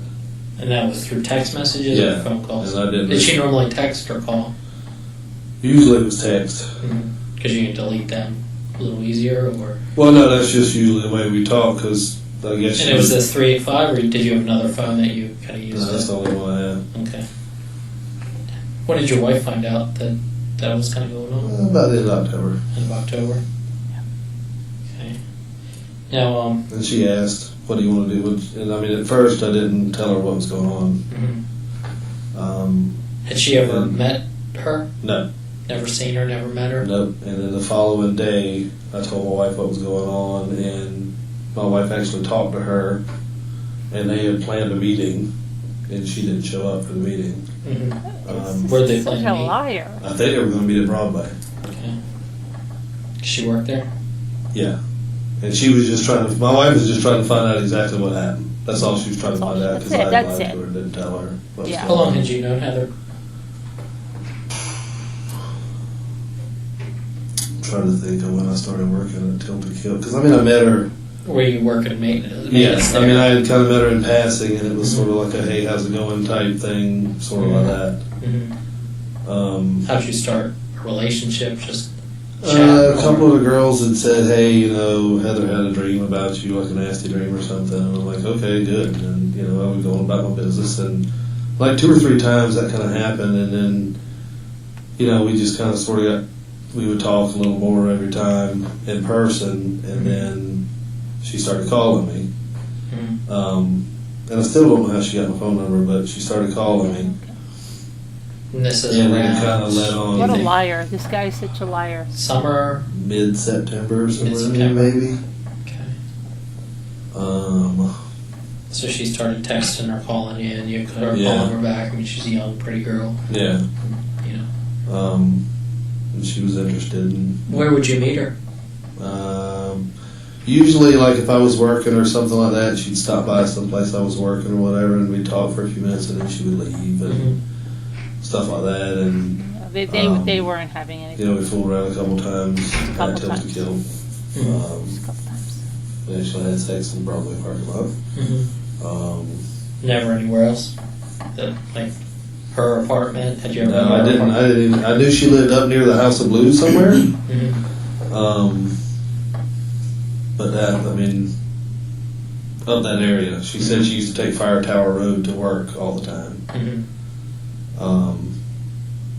But no, I had never been there. What do you think the reason she called you that day was? I mean, if you guys hadn't really been in contact, was there something that I don't She really would've- know, to be honest. Because To be honest, even after I you're told a her to liar. call, and she went on for a little while after. and this is in October? Right.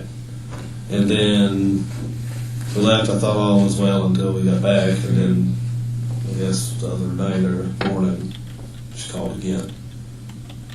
What was that conversation like? She's like, "Hey," and I'm like, "Who's this?" She said, "Heather." I said, "What are you doing?" She said, "Can you come meet me?" I said, "No." I said, "I'm told you." I said, "I'm trying to fix my marriage. I'm trying to fix what I goofed up." yeah. I said, "We can't see each other. We can't date. We can't do anything. Why you gotta be like that?" I said, "I'm married. I'm happily married, and I want to stay that way." So she said, "Fine, fuck it." She hung up. And that's when I turned the volume down, set the phone off, and she called 4 other times. You just didn't answer. And I didn't know because I knew it was ringing. Did she say where she was? Nothing. She just said she wanted to meet. But she didn't say where, like maybe No. in North Myrtle Beach or. No. Which, that was my initial thought. You want me to drive to North Myrtle Beach at 4 o'clock in the morning? Yeah, that's going to fly over great with my wife right now. And that was the first conversation you had with her that night? Yes. Had you used any other phones that night? Your wife's phone? No. Did you make any payphone calls? Nope. I still had payphones. There was a phone call made to Heather that night from a payphone at the gas station on 10th Avenue. When Okay. we have video from that. Okay. Did you try calling her just a minute? No. A second? You sure? Maybe. Okay, how about we start again? I did. I called her from the Okay, phone. let's start from the start again. Because I know. I don't know you. You don't know me. I I don't know. In the whole story, everything's legit. Okay. I Let's did go call. back to the part where it stopped being legit and Okay. start from the. Well, no, I did call her on the payphone. Okay. And what did you say? I asked her to please leave me alone because she had been leaving notes on her car when I was at work. When was that last happened? Like almost the first night we got back. Well, the first night that I worked after we got back from vacation, I got one on my windshield. Okay. You need to call me, Okay. and that's it. There was no signature. And that was like November-ish. October, November. No. That was beginning of December. Okay. So she left a note in your car. Which Um, store was this? That was at Sticky Fingers Okay. by the mall. And then I got another one at Olive Garden. Okay. We need to talk. Yes. Okay. Call me now. Okay. And I threw them both away Okay. because I didn't want my wife thinking that I was communicating with her. Okay. And that's why I called her that night from the payphone. Okay. Please, can you stop? Okay. Just stop. How long was that conversation? Minute and a half, 2 minutes. Or Maybe. 4 minutes, I maybe? guess it could have been that long. Okay. It doesn't take 4 minutes to tell her stop leaving me alone. Well, no, and she, talked back and said, "Hey, what's the problem?" type thing, and I'm like, "Just leave me alone, please." I said, "I know you're leaving notes, and I know you've been by my house." But she was leaving you alone tonight, or that night, right? she didn't. You kind of instigated. Well, that conversation. night, yes. Yeah. But that was the first time I was able Why to. and why? What prompted that? Like, I mean, you're having sex with your wife. What prompted you to contact her? Because I was trying to stop the whole situation. Okay, because she was with someone at that point, one of her friends, Okay. one of her female friends. I don't know, Stephanie, or she's got a bunch Okay. of them. They probably will dress. Right. And she said she got the call, and you were talking about wanting to get up with her again because you were going to leave your wife. And I mean, we're My talking. wife was with me, Obviously- Where was your wife when you called her? sitting in the truck. Okay, so she wasn't sitting next to you. No, but I Did mean, your my wife wife know was that you were with me. going to call her? No, But she saw you on the phone? I don't know if she did or not, because I know she was texting one of her friends. Mm-hmm. What did you tell your wife you were going to do? I told her I was running in the store real quick, Okay, where did you park? like across the street. So you didn't park at the store. You parked No. across the street from the store? Yeah, like right across. Okay. Did you? 'Cause once you when got I- gas or you didn't get gas? I didn't get gas. Well, I did get gas, but I got it at the one at the corner. Okay, the other store. Right, And then you ran across to a different store and used the phone right. to call and say, "Leave me alone," to a woman Yes. who hasn't contacted. You need to start over. Yeah, let's start over. Because Because that ain't flying, boss. What do you mean it's flying? Because I can't see you running. It's Across literally the I ran road across to another- Seymour Street. Literally, right across the street. why? To use the phone. Why did To you tell call her. off your cell phone? Because I didn't want my wife to know I was calling her. To tell her to leave you alone? That's Yes, what doesn't 'cause make sense. me and my wife I understand. discussed and there was no What I think contact is, I to think be you made. called her. I think you called her and said because you were pissed off at your wife about something, and I called haven't been her. mad at my wife in 2 months over anything. Well, the friend that was sitting next to Heather said that you made comments about not wanting to be with your wife anymore, and maybe it was just something you wanted to get off your chest to Heather, but that's what she heard. Because Heather's like she said Heather's eyes opened up like maybe things are going to work again. But I'm not leaving my wife. Well, did you say something like that I made her had no think that? intention on leaving my wife. But did you I- say something I maybe did not. thought that you wanted to start a relationship I again? did not. You didn't say anything, so she was confused about what she heard. I guess so. Because, Okay. no, I didn't tell her that. Okay, so you just contacted her from the store phone to say, "Hey, leave me alone." Please just leave me alone. Okay. So where did you go from then? Because we got a little mixed up there because you said, No, no, and that and I'd was like just- to get back on track for. And that was a pass through, if I'm not mistaken. I think that's when I was going back to. I can't remember if that was when I was going to Broadway. with your wife, Right, and you met her, and you guys had sex in the car. right. I can't remember why we were going down Seaport Street. What made you think about calling her at that point? Because I had been thinking about notes and shit, and I know I'm almost 100% I had seen her on my road. And I'll explain the same way I explained to him. There's a substation like by my house. Mm-hmm. Oh, that is a It's dead end, It's a substation. private road. Mm-hmm. And the man that does security for them, he's I guess like a cop and works for them. I don't know how that works. He had told me before, if you see anybody in there, please call me and let me know. Mm-hmm. And I had called him a couple times, and I've had stuff stolen out of the driveway, out of the back of my truck. Mm-hmm. So anybody comes down the road, I look to see who it is, Mm-hmm. almost any time day or night. And I wouldn't bet my life on it, but I'm almost positive at least 4 or 5 times I've seen her on my road, Mm-hmm. like I would see her going back out. Mm-hmm. Because I would see a car come in before I could get outside to see they're either leaving or they're gone. Were you concerned, like she would say something to your wife, like? Well, it Things wasn't are bad bad, it enough, was or- just kind of weird. Because obviously your wife probably has a trust issue with you. You Yeah, said I you were- mean- you established she doesn't trust you that much, which I could imagine. Right, If I mean, you, like that's- you. it's not like I I didn't don't know have a your reason wife. not to. Is your wife a 20? Is she 20? No, she's 41. So she's going to Yeah. be very, very 41, it said questioning she was to anything you do 46. from here on out. Right. Right. So for you to be with a 20-year-old, she's just wants to be on your side all the time, Right. 24/7. And I'm actually okay with that. Probably gets. You really okay with that? It's actually not that bad. Okay. So this girl now's kind of what you feel like stalking you. Well, there was no. Well, I mean, the note thing kind of weirded me out some. I have 3 children, and they play outside all the time, and that made me a little nervous. But the only time I ever saw her was at night, and kids aren't playing on the playground at night, so I wasn't that worried. But it was kind of weird. Okay. Had she ever made comments to you about that made you feel awkward before, like she loved you or wanted you to leave your wife? Well, she asked me a couple of times why I didn't leave my wife. Mm-hmm. I'm like, I love my wife. I said, I love my kids. I love my life the way it is. Was she pressuring you to leave her? No, not really.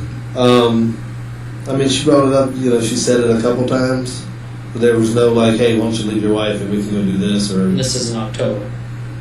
I don't know when it was. It was just in conversation. Okay, but there's nothing before... You said there's been a gap. Is that true? There's been a huge gap. There's been a huge gap. And that's why... Before there hasn't been. Well, the officer said last night, this was kind of weirded me out too, that there had been 300 some odd text messages between my phone and her phone in the past 30 days. Mm-hmm. I'm like, there's no way. Mm-hmm. Unless my wife's been talking to her, and I doubt very seriously that my wife's been talking to her. On your phone. Right. But she could, because you're there 24/7 right next to her, so she could have your phone or something. Well, she has my phone anyway. She keeps your phone on her? Yes. Okay. And that's fine. Mm-hmm. That's fine. Because... Did she text you that night at all? Because no. That stuff we will find out. Oh, no, that's fine. No, I'm almost 100% sure. I'd be willing to bet. No, I don't have my phone on me, but no. Okay. So your wife gives you your phone when you need to make a phone call or somebody? Or? Right. Or if it rings, and I answer it. And she doesn't... neither one of us recognize the number. I'll put it on speakerphone. Mm-hmm. Just trying to think I don't see what prompted you to contact her that out of the blue. I mean, she was going on her normal life, and then... Well, I don't know that it was normal life, because she had been leaving notes, and she had... Okay, well, I know she wasn't leaving notes that night. Well, no, maybe not that night. I don't know. No, it wasn't that night. Mm-hmm. No, it was just an opportunity to try to stop it before it got to the point where it wasn't good. Because I've seen her in my road. I've seen her... What did you do with these notes?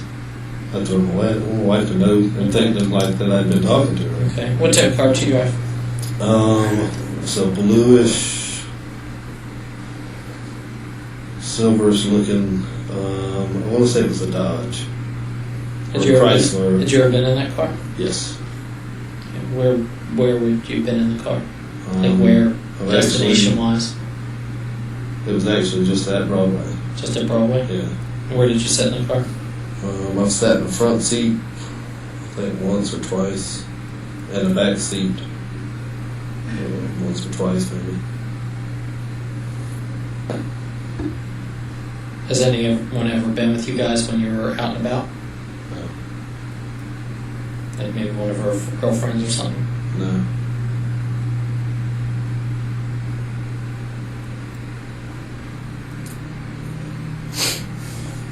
Okay, so she never told you where she was going or wanted to meet up that night, but she said, let's meet. Right. Because you had contacted her and said you want things done. Right. And I thought everything was fine, and then I got home and she started calling. What happened at that point? When she started calling and everything, how did the wife feel about that? Well, I mean, she was like, why the hell is she still calling? Like, I don't really know. So you didn't tell her at that time that you had made a phone call to her? She still doesn't know that I made a phone call okay. Myrtle Beach. And that after that call came in, you at no point left your house that night? No. In your truck, in nothing? No. That car never left? Did your wife ever leave? Nope. She was with you the whole night? Yes. And you guys both went to sleep? This is weird, so y'all don't look at me like I'm crazy or she's crazy. The trust issue is big. I can imagine. When we go to sleep, I'm handcuffed to the bed. She's the only one with a key. She handcuffed you to the That bed? was our agreement for 6 months. I Really? told you it sounds weird. So when you got that, which hand does she cuff? I do my left hand so I can put it under the pillow and lay next to her. Okay.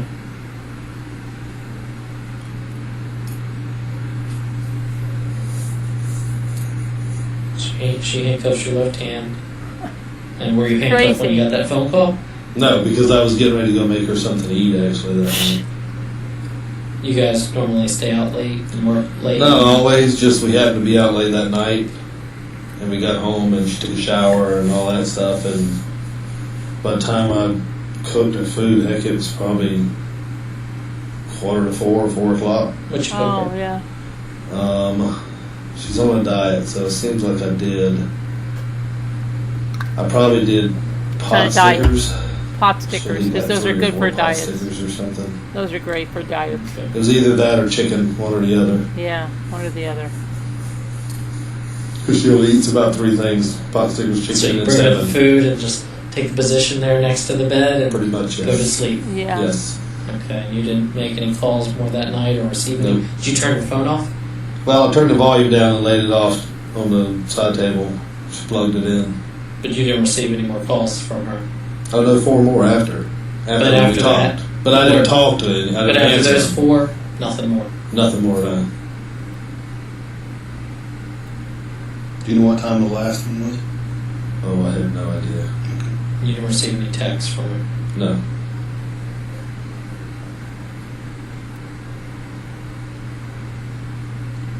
Does she know your wife's phone number? I don't think so. Has she ever made? I mean, she may. I don't know. But I Has she don't ever think made a so. statement to her like she'll talk to your wife? No, because my wife tried to talk to her, and she didn't want to talk to my wife, I guess, because she didn't meet her. But Because my wife knew everything anyway. we so. got someone that says they did meet up sometime at one point and get in a fight or a push-a match, or Not that I'm aware of. not that you're aware of. No, never. I think that would be easy to prove because I doubt her friends hang out with your wife. Right. So if they know what your wife looks like, then obviously they. Which, I guess they could know what she looks like. I don't know, maybe. But to my knowledge, no, they've never met. Not face to But face. you weren't there. If it happened, they could have. I mean, I guess it could have, but like I'm saying, is after my wife found out anything was going on, we've been together ever since. Do you think she's called her at all and told her to stop, or? Well, I mean, they had their one talk, and they talked, and that was it. As far as Did I you know, listen that's to that it. conversation? I did not. It happened by cell phone, you think, or? I'm pretty sure, yeah. I think she actually called from my phone. And it was Like I think Heather called my phone. You think it was and like my wife November? answered it. ish. Yeah, end of October, beginning of November, somewhere right in there. Excuse me.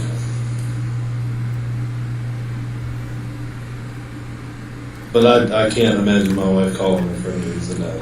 No. No. Nope.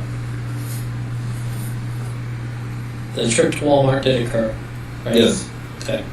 I mean, we got No, that's we fine. got off there a little bit when you And that's fine. you try to hide little things that meant to us that. Well, no, and that's fine. I we need to- understand. I get you know, it. I got to find out which pieces are really there Right. and which aren't. I got gas. We had sex in Broadway. We had sex in Conway. We went to Hadley White. We went down 544. I went up 501. There's no Yeah. arguments that happen between you or your wife at all. Nope. Phone call didn't cause an argument. Nothing. Nope. Alcohol? Yeah, my wife had been drinking a little bit, but not like stupid drunk or Had you been drinking? No. What does she drink? To be honest, I don't know what she drank that night. Did she drink a Doesn't lot even in the know. house or Oh, she while you were drank at at the work? house. No, I don't do open container. Well, no. I don't play that. Well, she might be, you know. Well, no, but yeah, no. We've had that discussion before. No. Okay. Does she drink a lot? Nah. Okay. Did she drink when she came back home that night? When you guys got back home?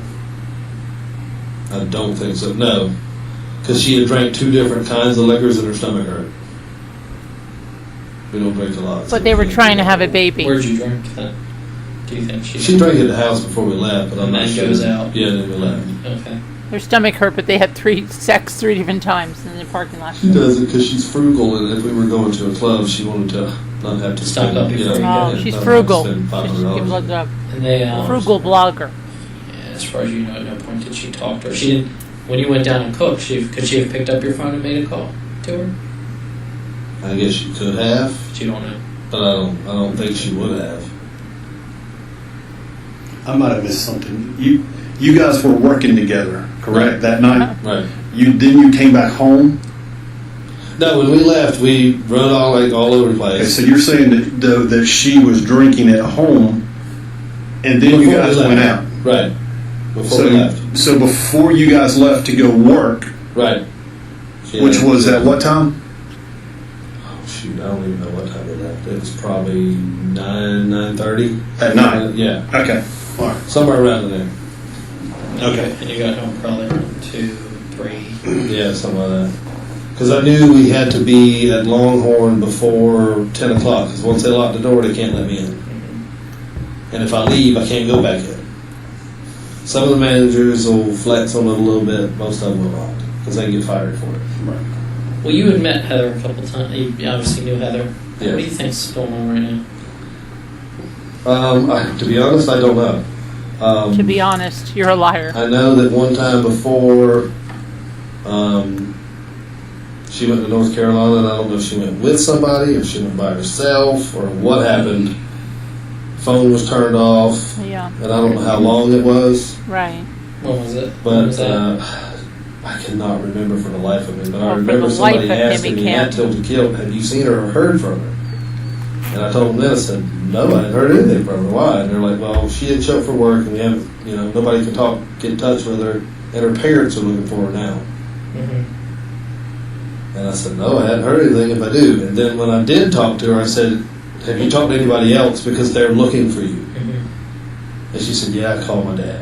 I'm like, "Okay." And we left it at that. And I said, "Well, what in the hell happened?" She goes, "Well, I had to go clear my head." I'm like, "Okay." Had But you, I don't know where she went or what she did or who she was with or. had you heard anything about her car being found? Not till, I guess it was yesterday when the policeman called. I think it was yesterday. Do you know where it was found? Did they tell you where it was found? I think he told me Peachtree Landing. Okay. Have you ever been to Peachtree Landing? Yeah, 100 times. 100 times? Yeah. Have you fished there? Or Fish and a friend of mine's got a boat. We put it in there a couple times and When's the last time you were there? a year ago, maybe? I don't know. I mean, it's been a while. I mean, it could have been 2 years ago, to be honest. I really don't know. It's been a Well, while. they think she could have put her in the water, right?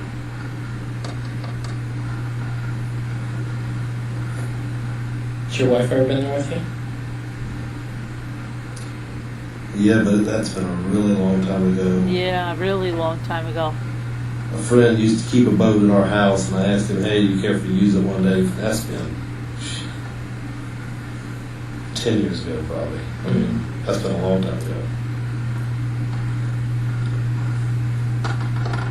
How long you been at your current residence? About 16 years.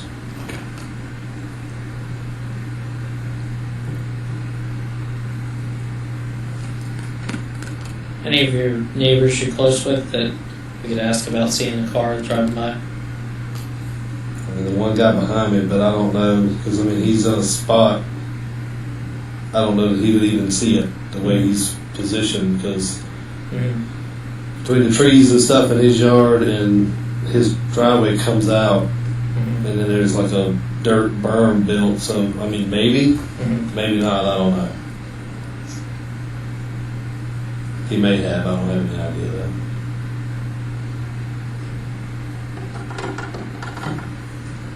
You don't have your phone with you, you said? No. Does your wife have it? Yeah. You think she's back yet? Oh, she may be, I don't know. I don't know what time is it. It is 4:18. Oh, no, probably not. It takes about 30 minutes to get home almost. You have a child? 3. 3? Who watches them when you guys work? Usually my mother and father-in-law or my sister-in-law, because they're like right next door. Okay. Did they watch them that night? Yes. My sister-in-law did, actually. When you come home, do you like pick the kids up, or is it like just get them in the morning? Usually we get them in the morning, and I'm trying to think if we brought them home. It seems like we brought them home that night because my sons had exams all week, and then they have class in the morning and stuff usually. How old are they? 14, 12, and 8. 14, 12, and 8. How old's Tammy? 41. 41, you said. Said she was 46 on those other papers. What type of cars do you have? Just one. Just a truck? Yeah. They just have a truck. Okay, fine. They're not allowed to have different cars. Got to be together or they're handcuffed.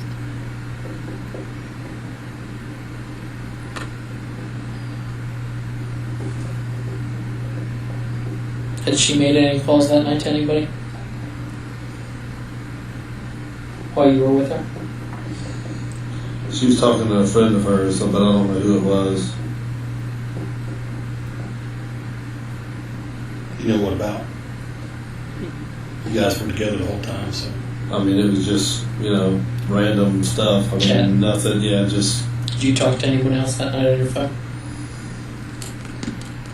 I think my wife was using my phone. So she probably was the one used to make the calls? Yeah, I think she was talking to her friend on my phone. Okay. You don't know her friend's name? No, I don't know who it was. No. So she probably was using it. Could have been hers, but it really is not. Yeah, Yeah. I think it was mine because her phone goes over the truck, like it's Bluetooth, so I would hear So the she'd phone. have to sit and listen. So yeah, I'd have to hear the phone conversation. So she was on. I think she was on my phone, Okay. unless she turned the Bluetooth off or something, maybe. Okay. Let me step out and check some stuff, being that make sure that everything's in Oh, that's fine. Yes. Would you be, before he does that, would you be willing to take a lie detector test? Not without talking to a lawyer first, because I'll be honest. I don't like honest. confrontation at all. I hate confrontation completely, and I get nervous as shit in any confrontation. Okay. And I mean, It really wouldn't have come up, but you hit something right there, right off the Well, bat. no, and, yeah, I mean- and it just makes me feel a little uneasy, like maybe. well, no, and that's fine. And I'm trying to. I mean, I tell my wife almost everything, Yeah. everything, and I'm trying to fix what we have slowly gotten back Yeah. because we drove cross country and we talked while the kids were sleeping in the car. We're talking the whole time, trying to work all of this crap out. And she had a boyfriend, and I was goofing around, and she was talking and doing things, and so we tried to work all that out. So that's why I made the phone call without her knowing, just trying to don't disrupt what we've slowly taken almost a month to get back to normal. Oh my gosh, Don't what a disrupt liar. What we've actually fixed. Has she said something to you, your wife, previously about her calling? Had my wife Because said you said something that to me? Or, there was a big gap, right, from October till December. yeah, because when we went out of town for 3 weeks, Okay.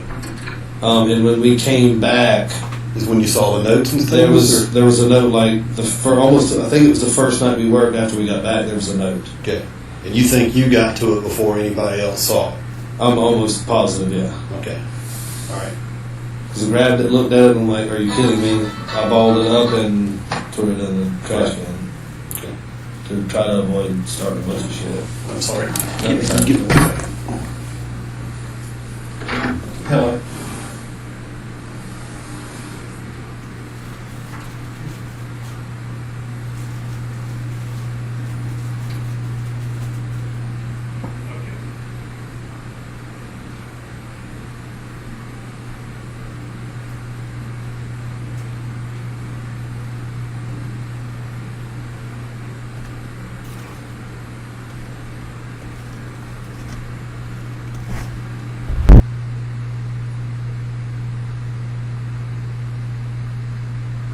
Little lady.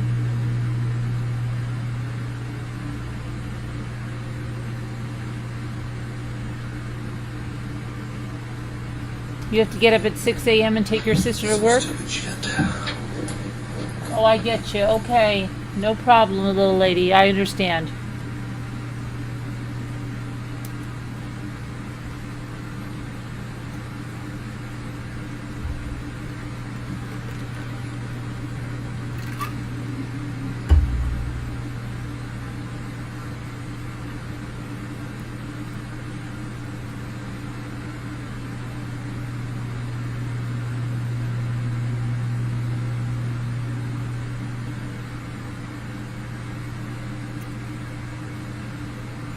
This is only audio, and I guess he's waiting.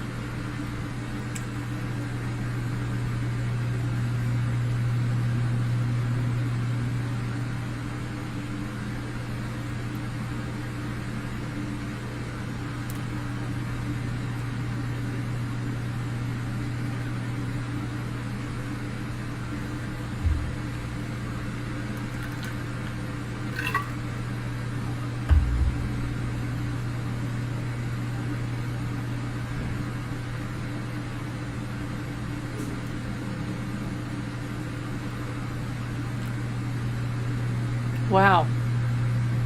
When's he coming back? I can't.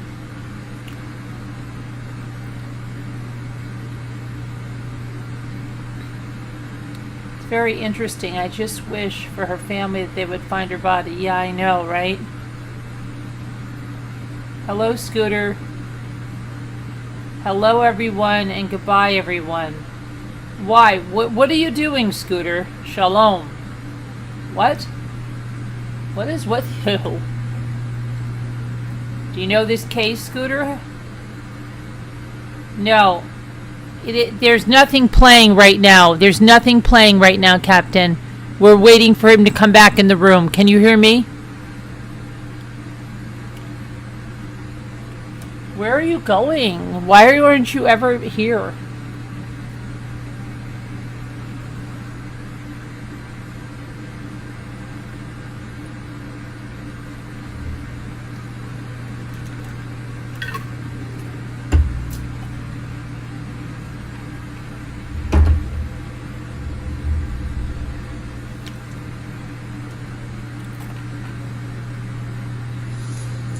Here he comes. Here he comes. Oh, he's moving around. I know, Captain Lee.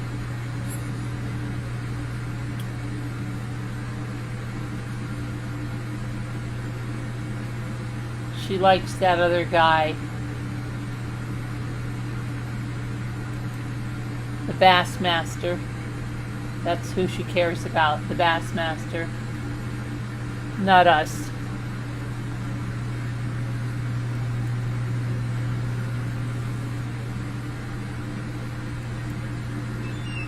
Here it comes. I hear the door now.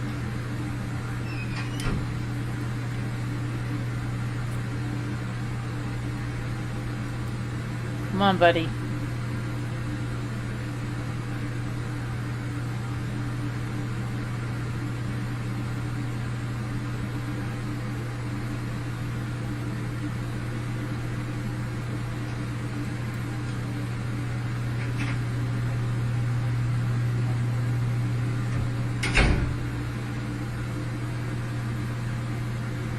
Come on, buddy. Come on back now.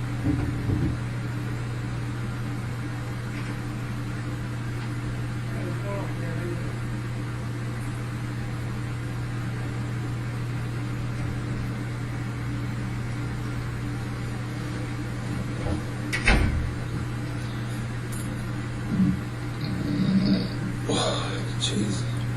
What was that? He was snoring for a minute? The heck was that?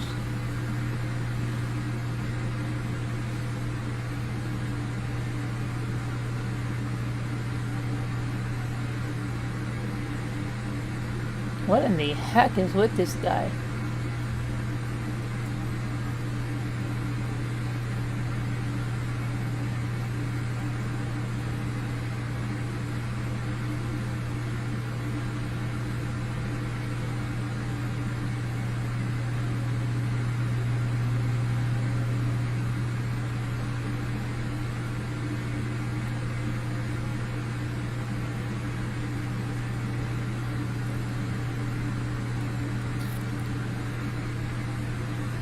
Come on, let's hurry this up.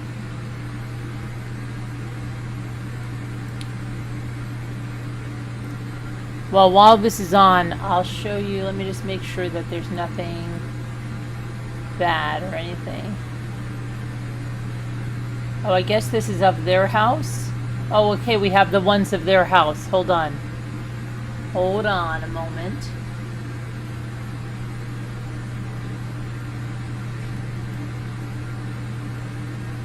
Let me just get these in the right.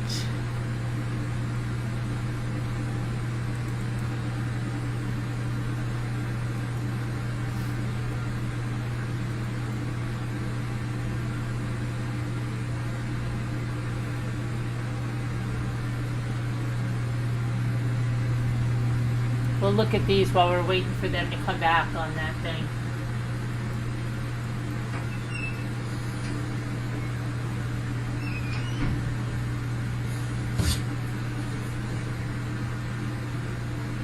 There's the fountain.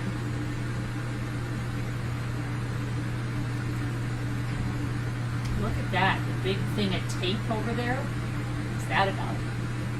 It's weird.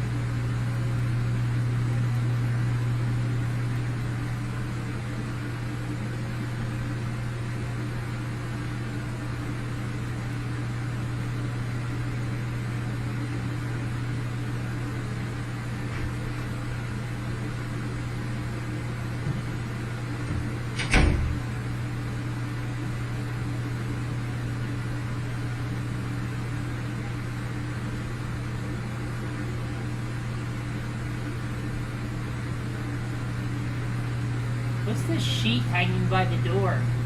That's weird. They have to cover up the door so nobody can see in or something? What is that about?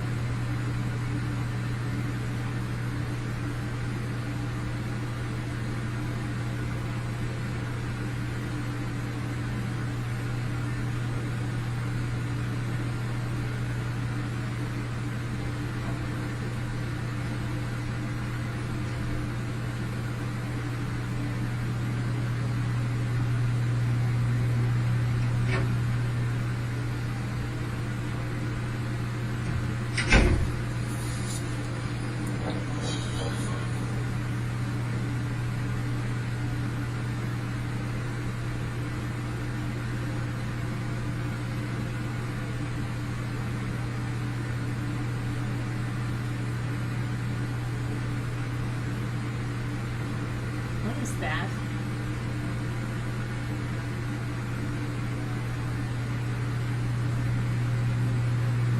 The candy wrappers in there. And this is supposedly a new truck, right?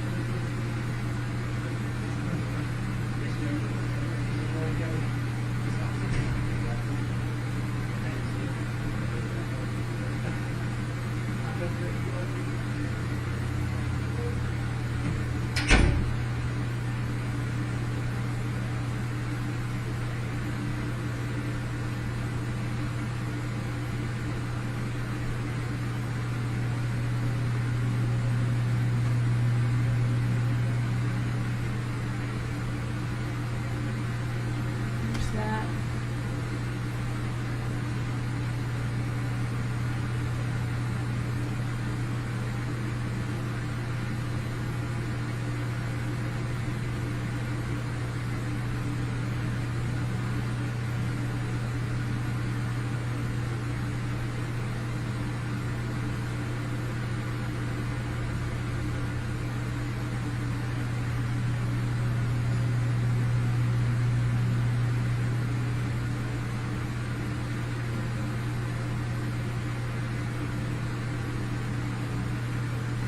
I thought they cleaned this truck.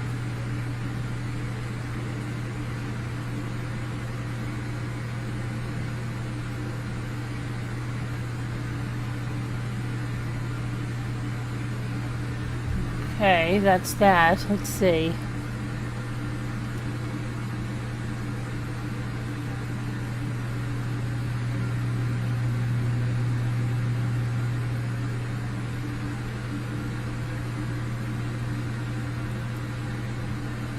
Still haven't come back in room yet, huh? It's cold in here, he said.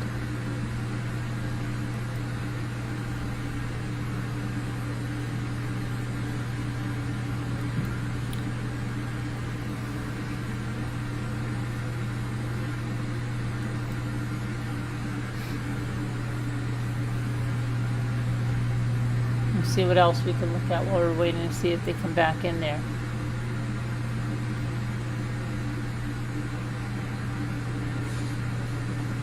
I'm waiting for the files to load.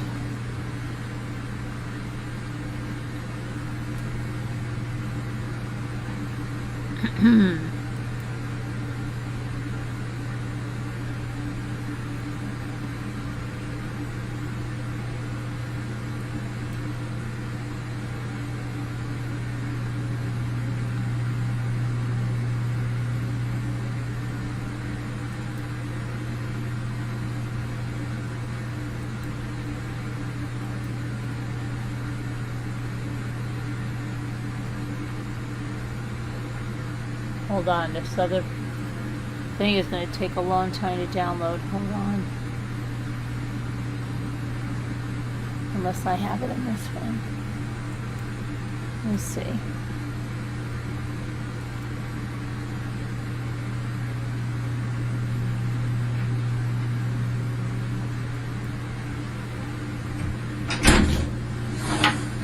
This Detective Rayburn, he's working on it too. Gotcha. Hey, bud, how you doing? Gotta bring me a jacket. You need a jacket? Oh, no, I'm good. I'm Jonathan. How you Sidney, doing? nice to meet you. Yes, sir. Yes, sir. And you didn't ride down to the where were we at? Landing? Yeah, you didn't ride by down there earlier today, did you? I see a guy coming around doing a goatee that looked kind of like you. Alright. That's right. Yeah, I didn't realize they even mounted all the stuff to the room here. Yeah, they put on. Yeah. I'm about to say probably. Sets like a meat locker. Yeah, it's a little chilly. Any other questions for us or anything? Concerns? Not that I can think of. Okay. And the only thing, And I'll call my lawyer when I leave, or call a lawyer or something yeah, about the lie detector test Yeah, the and all that polygraph- stuff, and find out what he thinks. yeah. Because like I said, I don't want to incriminate myself for something I didn't do. Okay. So, but I'll talk with him and find out Well, you got what my he thinks, card. and I will call you back. And I'm thinking I can just call you back in the morning, Okay. probably. Now, the only thing that we're having a problem with was, like I said, you didn't cover the first time on the phone. Right. You know. And that's understandable. That's fine. Yeah. And your wife was not there when you made that phone call. Well, no, she wasn't sitting beside me. No. Okay. And she shouldn't know about it. No. Okay. And that was the first time that we've been that far apart Okay. in 2 months. Okay. Well, you know, Since the end of October, whatever. well, like I said, we're Well, just all that trying to shit, get to the yeah. bottom of it with her being missing. that's Hopefully fine. she turns up. That's fine. But that would be fantastic. Because then everything's like, oh, okay, she's fine. She disappeared. She ran off. She did whatever the hell she did.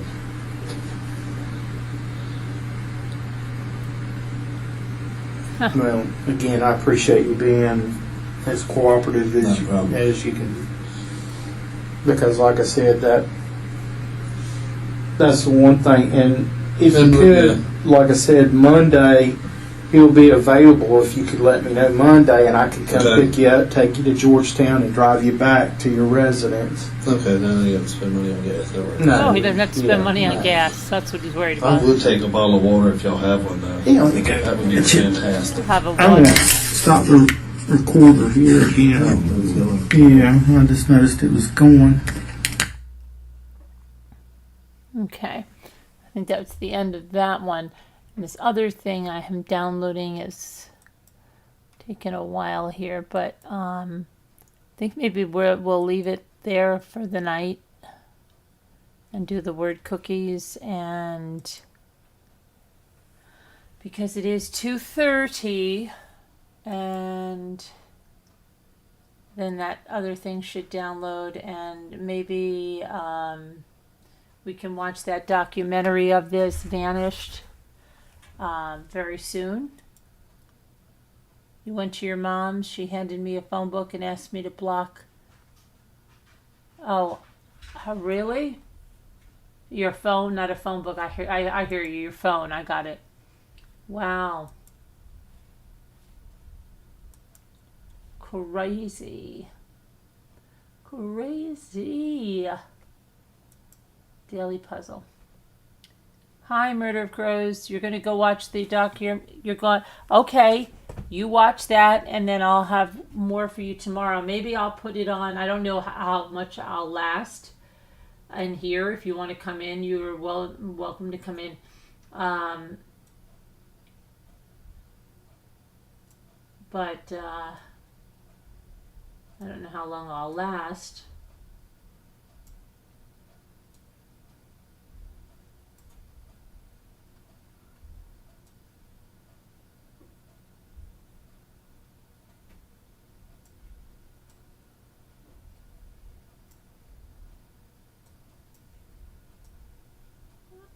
Let's see.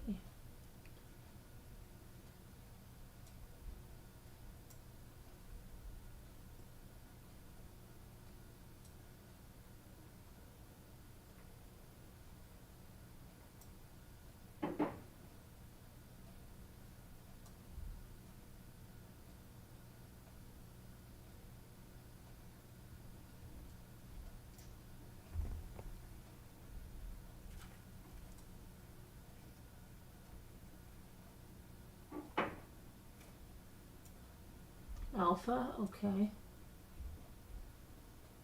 How about alphas? Yeah. Very good. Very good. Rash. That was rash. Well, how about rasp? How about lash? Right. How about...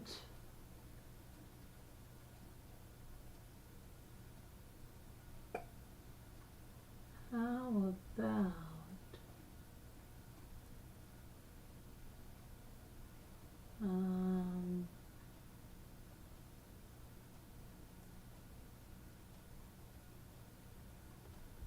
spar?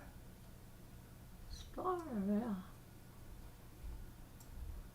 Right, spar, got that. And how about alas, yeah. Alas, poor Ulrich, I knew him well. Okay, let me see.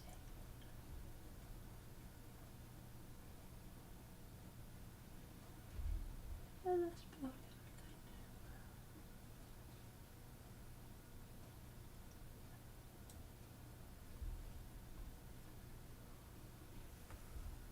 Hasp, yeah, I got Hasp. Did I put Hasp down? La, la, la, la, la, la. I thought I did put Hasp down, unless they said it was an extra word. I know I did. I had Hasp. Oh my gosh, Murder of Crows, didn't you see me doing that?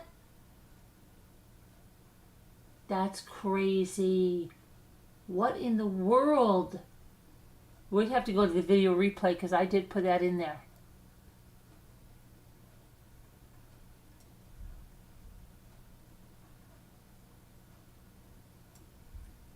Ah, phrasal.